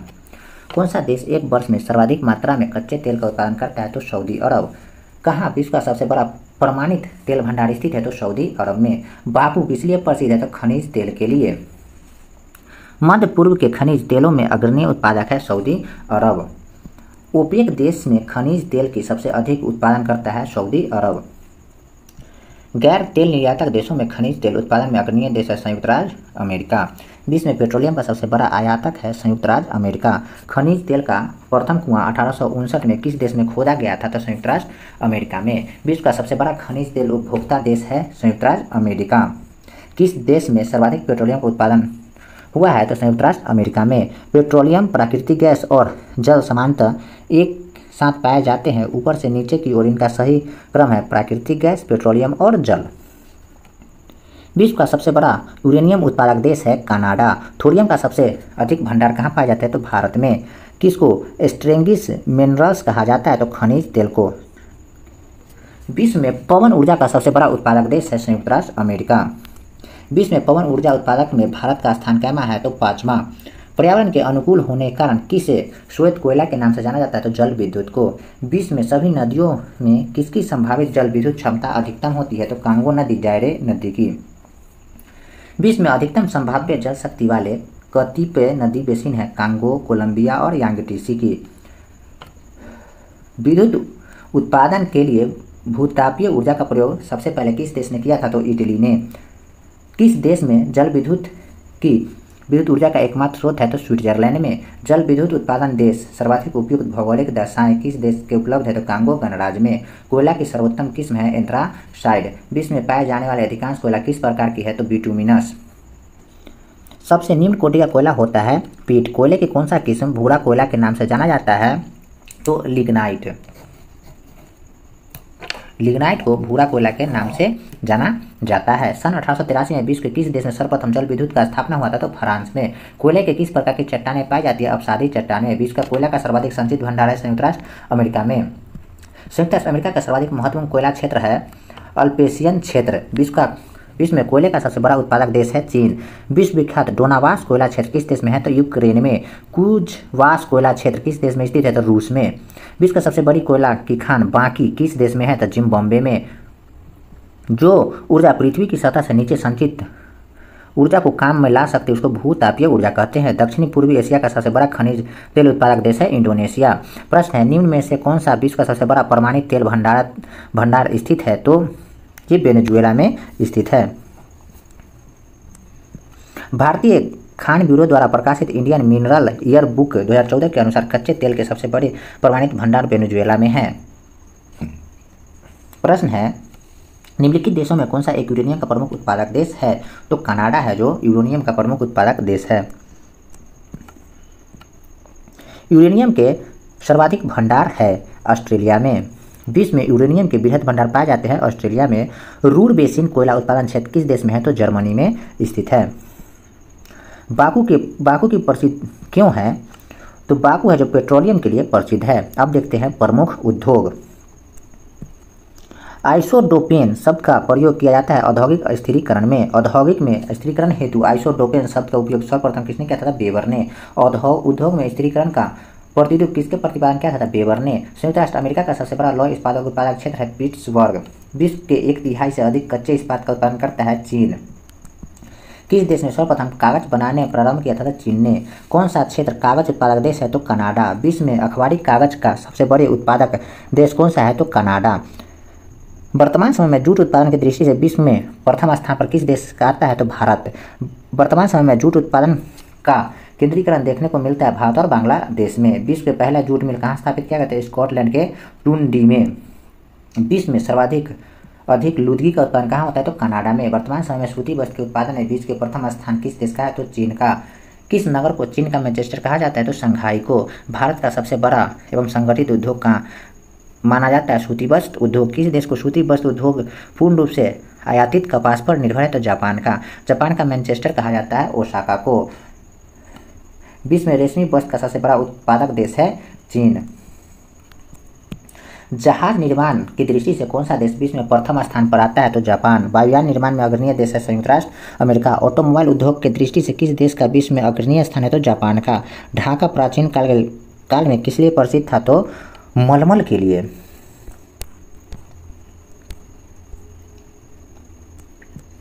तेल शोधक उद्योग में विश्व का कौन सा देश अग्रणीय स्थान रखता है? तो संयुक्त राष्ट्र अमेरिका। विश्व में सर्वाधिक तेल शोधक कारखाने किस देश में स्थित है? संयुक्त राष्ट्र अमेरिका में। ब्यूनस आयर्स किस लिए प्रसिद्ध है? डेयरी पदार्थ व मांस के लिए। विश्व में चीनी का सबसे बड़ा उत्पादक देश है भारत।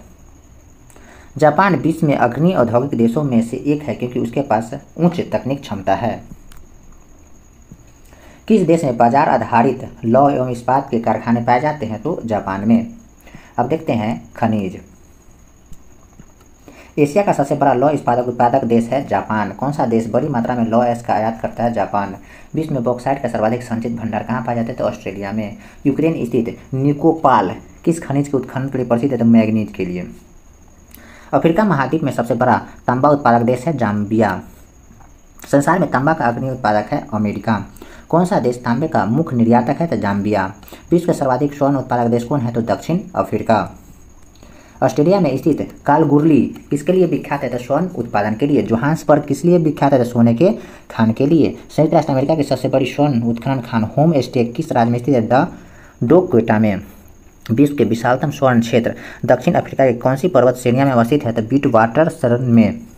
विश्व में चांदी का सबसे बड़ा उत्पादक देश है मैक्सिको। हीरा व्यापार में सबसे बड़ा केंद्र है एंटवर्प। हीरा के उत्पादन में किस महाद्वीप का एकाधिकार है? तो अफ्रीका का। आभूषण में प्रयोग किए जाने वाले हीरे को सबसे बड़ा उत्पादक कौन है? तो दक्षिण अफ्रीका। औद्योगिक हीरे का सबसे बड़ा उत्पादक देश है जायरो कांगो। दक्षिण अफ्रीका में स्थित जिम्बाब्वे किस लिए प्रसिद्ध है? तो हीरे के लिए। संयुक्त राष्ट्र अमेरिका की किस पहाड़ी को पृथ्वी की सबसे धनी पहाड़ी कहा जाता है? तो बूटे पहाड़ी को। विश्व में कौन सा टीन का सर्वाधिक उत्पादन करता है? तो मलेशिया। विश्व में कौन सा देश टीन का सर्वाधिक निर्यात करता है? तो मलेशिया।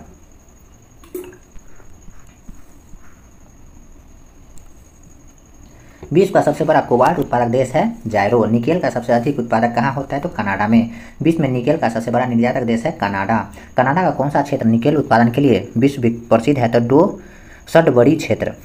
कौन सा खनिज काला सीसा प्लेम्बोगो के नाम से जाना जाता है? तो ग्रेफाइट। सिलिकॉन घाटी अवस्थित है कैलिफोर्निया में। खनिज पदार्थ की दृष्टि से भारत में कौन सा क्षेत्र अधिक समृद्ध है? तो छोटा नागपुर का पठार। संसार में टाइटेनियम का सबसे बड़ा उत्पादक है रूस। किसे जुड़वा खनिज कहा जाता है? तो शीशा और जस्ता को जुड़वा खनिज की संज्ञा दिया गया है। जोहान्सबर्ग प्रसिद्ध है स्वर्ण खनन के लिए। किम्बरले प्रसिद्ध है हीरे के खनन के लिए। डोनोबास क्षेत्र प्रसिद्ध है कोयला के लिए। किस देश को यूरोपीय सिटी स्थापित करने का श्रेय दिया गया है? तो कनाडा को। किसके पास दुनिया का सबसे बड़ा यूरेनियम भंडार है? तो कनाडा को। दक्षिण अमेरिका में खनिजों का भंडार जो क्षेत्र है वो है ब्राजील का पठार। कूलगार्डी ऑस्ट्रेलिया में जिस प्रांत में स्थित है वो है वेस्टर्न ऑस्ट्रेलिया। प्रश्न है विश्व में चांदी का सबसे बड़ा उत्पादक देश कौन सा है? तो मैक्सिको है जो चांदी का सबसे बड़ा उत्पादक देश है। मैक्सिको सबसे बड़ा उत्पादक है चांदी का। बॉक्साइट किसकी कच्ची धातु है? तो एल्युमिनियम के। प्रश्न है निम्न में से कहाँ विश्व का सबसे बड़ा प्रमाणित तेल भंडार स्थित है? तो वेनेजुएला में। प्रश्न है निम्न में से कौन सा देश हीरा का सबसे बड़ा उत्पादक है? तो रूस है जो हीरे का सबसे बड़ा उत्पादक है।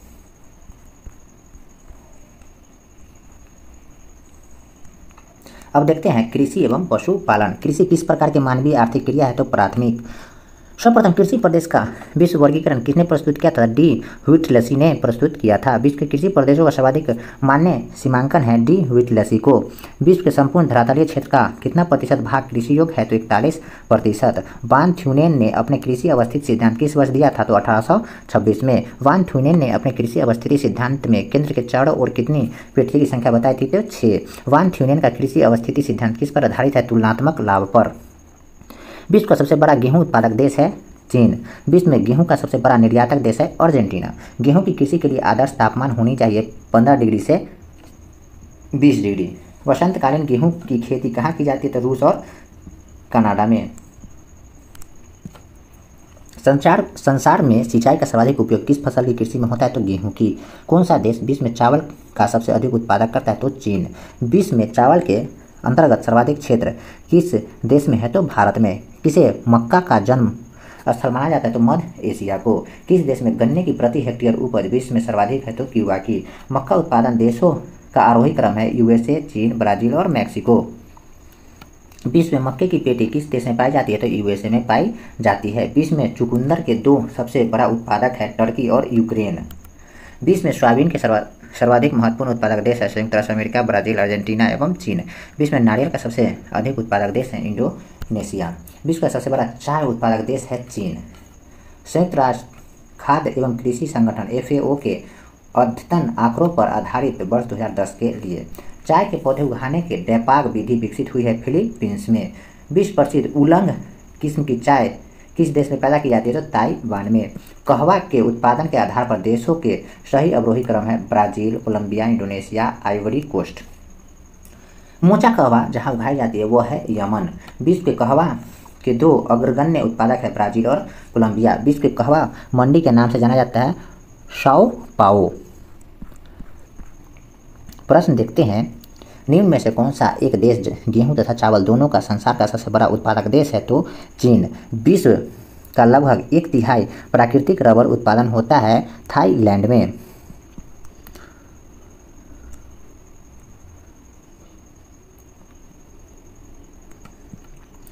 सूची 1 और सूची 2 को सम्मिलित कीजिए तथा सूचियों के नीचे दी गई कूट के सही उत्तर चुनिए। रबर है जो मलेशिया में उगाया जाता है, कहवा है जो कोलंबिया में उत्पादन की जाती है, जैतून है जो इटली में उत्पादन किया जाता है और गन्ना है जो मॉरिशस में उत्पादन किया जाता है। यानी 4, 3, 2, 1 बी आंसर। पेट्रॉन कोलोन प्रथा जिसमें कहवा के पुराने बागानों को काटकर नए बागान लगाने में खर्च कम पड़ता है किस देश के प्रचलित है? तो ब्राजील में। ब्राजील में कहवा के अधिक उत्पादन होने का प्रमुख कारण है टेरारोसा मिट्टी। कौन सा बंदरगाह कॉफी पतन के नाम से जाना जाता है? तो सेंटोस। विश्व में सबसे उत्तम स्वाद वाला कहवा किसे माना जाता है? तो मोचा कहवा को। विश्व में कोको उत्पादन में देश का सही आरोही क्रम है आइवरी कोस्ट, ब्राजील, घाना, नाइजीरिया। विश्व में लंबी रेशे की कपास में प्रमुख उत्पादन देश है यूएसए एवं मिस्र।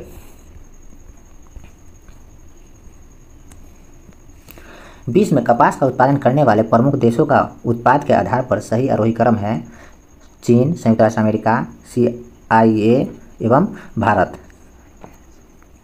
विश्व में लंबे रेशे के कपास का सबसे बड़ा उत्पादक और निर्यातक देश है संयुक्त राज्य अमेरिका। विश्व में कपास का सबसे बड़ा निर्यातक देश है संयुक्त राज्य अमेरिका। जूट उत्पादक देश का सही आरोही क्रम है बांग्लादेश, भारत और चीन। जूट उत्पादन देशों में सबसे अधिक प्रति हेक्टेयर जूट का उत्पादन किस देश में होता है? तो बांग्लादेश में। विश्व का सर्वाधिक जूट उत्पादन क्षेत्र है गंगा ब्रह्मपुत्र डेल्टा मैदान। रेशम के उत्पादन हेतु व्यापारिक स्तर पर रेशम के कीड़े को पाला जाता है सेरीकल्चर कहलाता है। सर्वाधिक रबर की खेती होती है अमेजन और जैरो बेसिन में। विश्व में प्राकृतिक रबर का सबसे बड़ा उत्पादक है थाईलैंड। विश्व में संश्लेषित या सिंथेटिक रबर का सबसे बड़ा उत्पादक है संयुक्त राष्ट्र अमेरिका। विश्व में तंबाकू का सबसे बड़ा उत्पादक देश है चीन। विश्व में तंबाकू का उत्पादन करने वाला प्रमुख देशों के उत्पाद के आधार पर सही आरोही क्रम है चीन, यूएसए और भारत और ब्राजील। उच्च कोटि के मादकता वाली सुगंध से परिपूर्ण ओरिएंट किस्म की तंबाकू का विश्व में सर्वाधिक उत्पादन कहाँ होता है? तो तुर्की में। विश्व में इलायची का सबसे बड़ा प्रमुख उत्पादक देश कौन है? तो ग्वाटेमाला। विश्व में अफीम का सर्वाधिक उत्पादक किस देश में होता है? तो अफगानिस्तान में। विश्व में सर्वाधिक आलू कहाँ पैदा होता है? तो रूस में। विश्व में अंगूर का सर्वाधिक उत्पादन करने वाला देश है तो इटली। किसको कृषि क्षेत्र हरित क्रांति का जन्मदाता कहा जाता है? तो नॉर्मन बोरलॉग को। मूंगफली कहाँ की प्रमुख फसल है? तो जाम्बिया की। विश्व में केले का सबसे बड़ा उत्पादक है भारत। विश्व में सबसे बड़ा दूध उत्पादक देश है भारत। विश्व में ऊन का सर्वाधिक उत्पादन करने वाला देश है ऑस्ट्रेलिया। विश्व में सबसे बड़ा लौंग उत्पादन करने वाला देश है जंजीबार। मूंगफली का मूल स्थान है ब्राजील। कौन सा देश गेहूं और चावल दोनों का विश्व में सबसे ज़्यादा उत्पादन करता है? तो चीन। भारत सर्वश्रेष्ठ उत्पादन उपभोक्ता है चाय का। दूध में अग्रणी उत्पाद का सही अवरोही क्रम है भारत, चीन, संयुक्त राष्ट्र अमेरिका और रूस। स्थानांतरणशील कृषि की शुरुआत सर्वप्रथम कहाँ हुई थी? तो थाईलैंड में। झूम है कृषि खेत का एक प्रकार। थाईलैंड में जो थाईलैंड में की जाने वाली स्थानांतरित कृषि को किस नाम से जाना जाता है? तमराई के नाम से। वियतनाम एवं लाओस में की जाने वाली स्थानांतरित कृषि को क्या कहते हैं? तो रे के नाम से जाना जाता है। ट्रंक फार्मिंग का अभिप्राय है बागवानी कृषि से। विश्व में बागवानी कृषि का सर्वाधिक विकास कहाँ हुआ है? तो दक्षिण पूर्व एशिया में। झूम कृषि कहाँ पर की जाती है? तो उत्तर पूर्व भारत में। विश्व में किस प्रकार की कृषि का विस्तार प्रचलित है? तो स्थानांतरण कृषि का। सर्वाधिक सघन खेती प्रचलित है जापान में। मिली जुली खेती से क्या तात्पर्य है? तो पशुपालन और कृषि साथ साथ करना। रेशम के उत्पादन हेतु व्यापारिक स्तर पर रेशम के कीड़े का पाला जाता है सेरीकल्चर। व्यापारिक उद्देश्यों की पूर्ति हेतु समुद्री जीवों को उत्पादन की क्रिया क्या कहलाता है? तो मेरीकल्चर। व्यापारिक स्तर पर की जाने वाली मछली पालन की क्रिया क्या कहते हैं? तो पिसीकल्चर। वनों के संरक्षण एवं संवर्धन से संबंधित क्रिया क्या कहलाता है? तो सिल्वरी कल्चर कहलाता है। व्यापारिक स्तर पर की जाने वाले फूलों की कृषि को क्या कहा जाता है? तो फ्लोरिकल्चर। व्यापारिक स्तर पर की जाने वाले विभिन्न प्रकार के फलों का उत्पादन कहलाता है हॉर्टिकल्चर। व्यापारिक स्तर पर शहद उत्पादन हेतु की जाने वाली मधुमक्खी या मौन पालन कार्य कहलाता है एपीकल्चर। जमीन पर फैलाने वाली सब्जी की व्यापारिक कृषि कहलाती है ओर्बोरिकल्चर। सेरीकल्चर का संबंध है रेशम कीट से। प्रश्न है मूंगफली निम्न में से कहाँ की प्रमुख फसलें हैं? तो गैम्बिया की प्रमुख फसलें हैं मूंगफली। दूध उत्पादन में किस देश का प्रथम स्थान है? तो भारत का है, दूध उत्पादन में प्रथम स्थान पर है।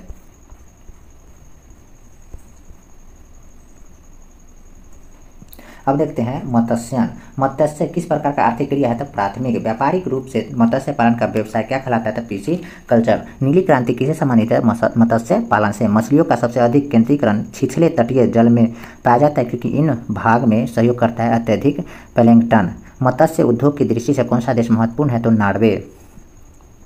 विश्व का बृहत्तम मत्स्य आहरण क्षेत्र है ग्रैंड बैंक। प्रसिद्ध मत्स्य क्षेत्र ग्रैंड बैंक स्थित है अटलांटिक महासागर में। विश्व का प्रमुख मत्स्य क्षेत्र डोवर बैंक स्थित है उत्तरी सागर में। विश्व का स्वच्छ जल की मछली का सबसे बड़ा उत्पादक देश है चीन। अब देखते हैं परिवहन। विश्व में सबसे अधिक सड़कें का विस्तार जाल किस देश में पाया जाता है? तो संयुक्त राष्ट्र अमेरिका में। भारतीय सड़क प्रणाली का विश्व में कौन सा स्थान है? तो दूसरा। विश्व का सबसे लंबी सड़क है पैन अमेरिकन महामार्ग। विश्व के किस देश के प्रथम रेल मार्ग का निर्माण हुआ था? तो ब्रिटेन में। विश्व में सबसे पहले रेल मार्ग कहाँ बनाया गया था? तो उत्तर पूर्वी इंग्लैंड में कोयला खानों और न्यू बैसिल के मध्य। एशिया के किस देश में सर्वाधिक लंबा रेल मार्ग है? तो भारत में। संसार में रेलों का सबसे बड़ा जाल देश है यूएसए। विश्व के प्रथम रेलगाड़ी कब चली थी? तो 1825 में। विश्व में सड़क मार्ग की लंबाई की दृष्टि से प्रथम 3 देशों का आरोही क्रम है अमेरिका, भारत और ब्राजील। विश्व का सबसे लंबा रेल मार्ग कौन सा है? तो ट्रांस साइबेरियन रेल मार्ग। ट्रांस साइबेरियन रेल मार्ग की कुल लंबाई है 9332 किलोमीटर। ट्रांस साइबेरियन रेल मार्ग कहाँ से कहाँ तक जाती है? तो लेनिनग्राड से व्लादिवोस्टोक तक जाती है। विश्व के सबसे व्यस्त समुद्री रास्ता कौन सा है? तो उत्तरी अटलांटिक महासागर। स्वेज नहर जलमार्ग के संबंध में कौन सा कथन असत्य है? तो ये स्वेज नहर भूमध्य सागर को फारस की खाड़ी से जोड़ती है, गलत है। संसार के सबसे बड़ी पोतवाहक नहर है स्वेज नहर। संसार के सबसे महत्वपूर्ण जहाज नहर है स्वेज नहर। विश्व के सबसे व्यस्त और महत्वपूर्ण अंतरस्थलीय जलमार्ग कौन सा है? तो उत्तरी अमेरिका का महान झील मार्ग।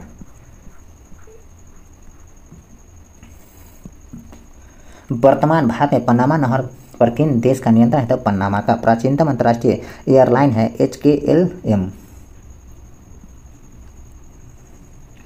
अब प्रश्न देखते हैं। कथन ए में है संसार में उत्तरी अटलांटिक नौ परिवहन मार्ग सबसे अधिक व्यस्त समुद्री मार्ग है। बी में देखते हैं वह संसार के 2 प्रमुख औद्योगिक क्षेत्र में जोड़ता है। तो इसका आंसर ए सही होगा। ए और आर दोनों सही है परंतु ए आर की सही व्याख्या करता है। किस देश में दुनिया का सबसे लंबा बुलेट ट्रेन का जाल है? तो चीन में। सिकन नामक विश्व की सबसे लंबी रेल सड़क सुरंग स्थित है जापान में। अब देखते हैं जनसंख्या। विश्व में सर्वाधिक जनसंख्या वाला देशों के आरोही क्रम है चीन, भारत, संयुक्त राष्ट्र अमेरिका और इंडोनेशिया। विश्व जनसंख्या दिवस कब मनाया जाता है? 11 जुलाई को। अफ्रीका महाद्वीप में सर्वाधिक जनसंख्या वाला देश है नाइजीरिया। जनसंख्या का सबसे कम भार कहाँ पाया जाता है? तो ओशेनिया में।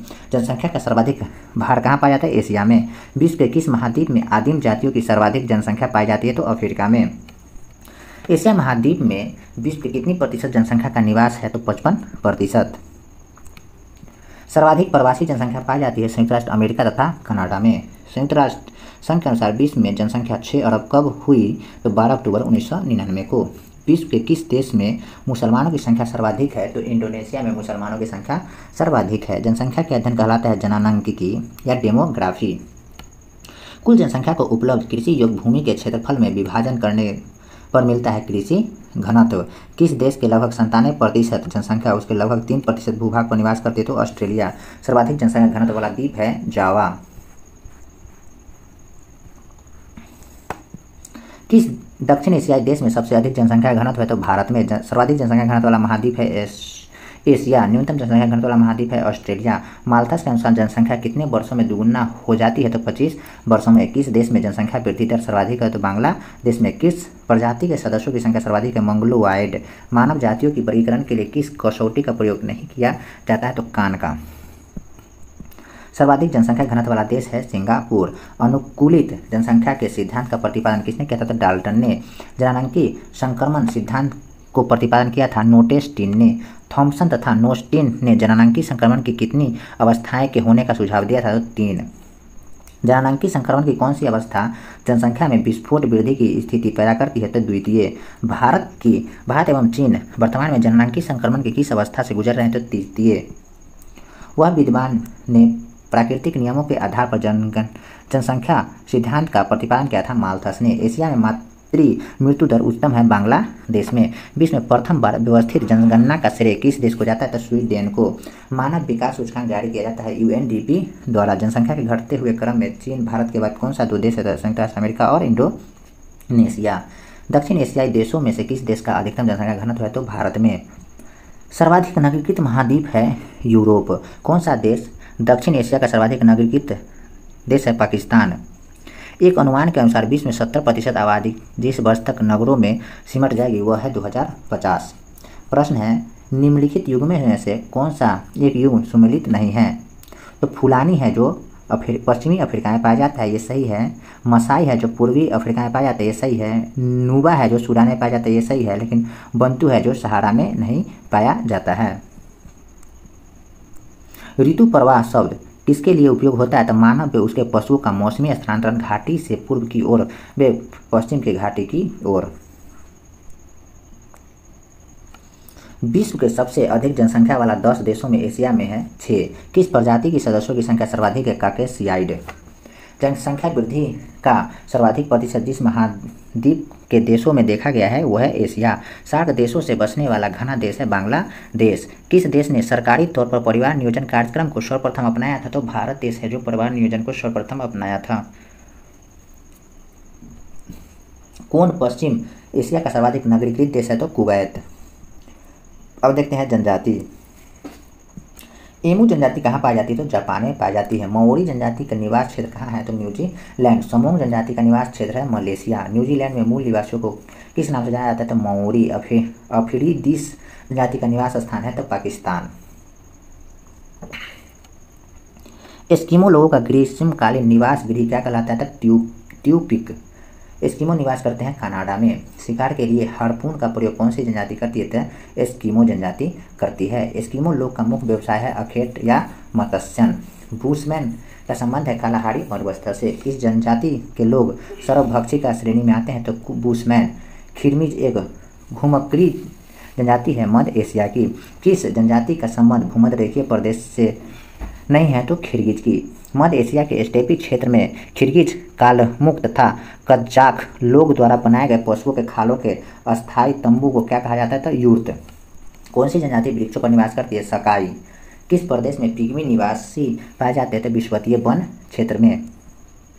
श्रीलंका में रहने वाले पिग्मी को किस नाम से जाना जाता है? तो बेद्दा के नाम से जाना जाता है। विश्व में किस महाद्वीप में आदिम जातियों की सर्वाधिक जनसंख्या पाई जाती है? तो अफ्रीका में। यूर्त किस जनजाति का घर है? खिरगिज का। पिग्मी निवास करती है अफ्रीका में। अफ्रीका के मूलभूत जनजाति पिग्मी किस नदी घाटी में पाई जाती है? तो कांगो में। अब देखते हैं प्राकृतिक प्रदेश।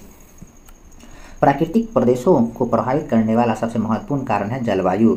विश्व को प्राकृतिक प्रदेशों में बांटने का प्रथम प्रयास किसने किया था? तो हर्टबर्टसन ने किया था। हर्टबर्टसन ने प्राकृतिक प्रदेशों के विभाजन का आधार था जलवायु। किसी प्राकृतिक प्रदेशों में समरूपता होती है जलवायु और प्राकृतिक वनस्पति की।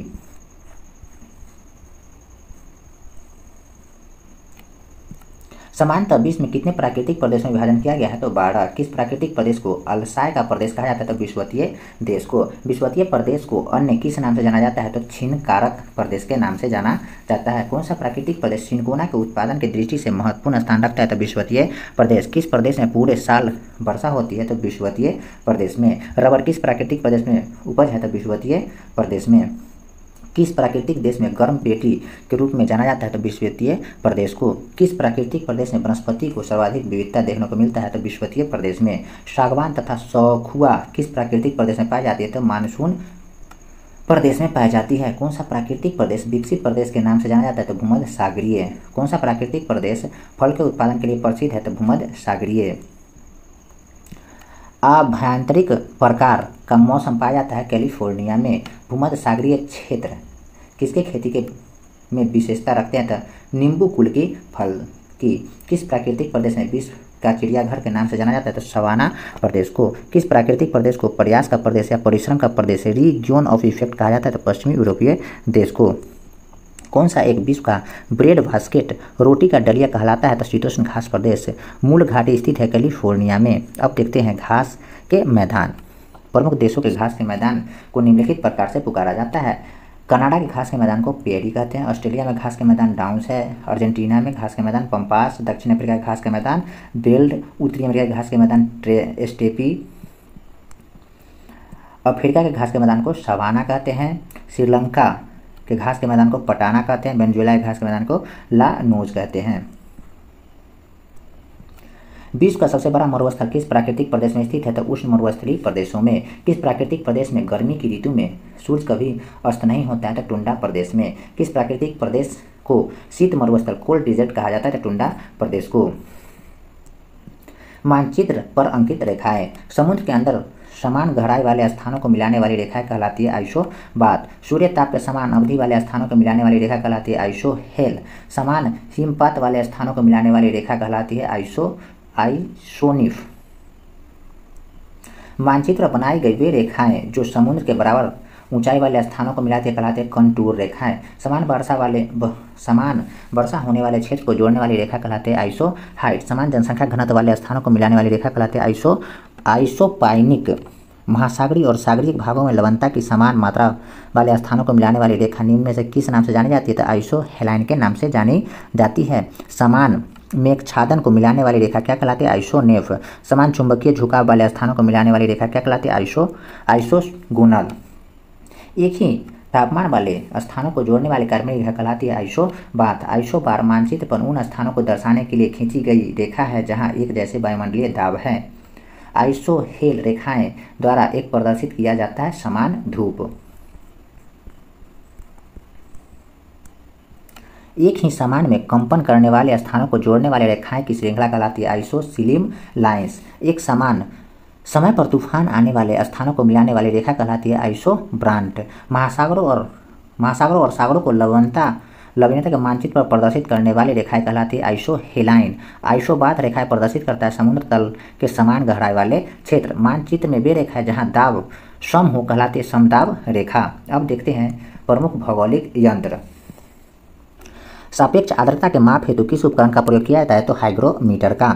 उच्च तापमान के मापन हेतु किस उपकरण का प्रयोग किया जाता है? तो पाइरोमीटर का। आकाश के नीलापन का मापन किस भौगोलिक यंत्र द्वारा किया जाता है? तो साइनोमीटर द्वारा।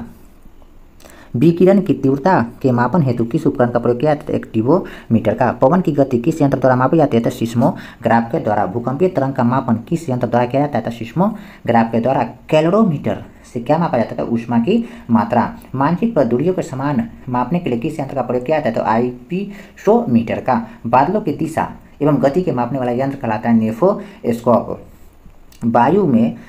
वायु में अपेक्षित आर्द्रता मापन हेतु परिचित उपकरण है हाइग्रोमीटर। सिस्मोग्राफ क्या रिकॉर्ड करता है? तो भूकंप की तीव्रता। रिक्टर स्केल का प्रयोग किसके मापन के लिए किया जाता है? भूकंप के झटके को। रिक्टर स्केल तीव्रता मापा जाता है भूकंप की।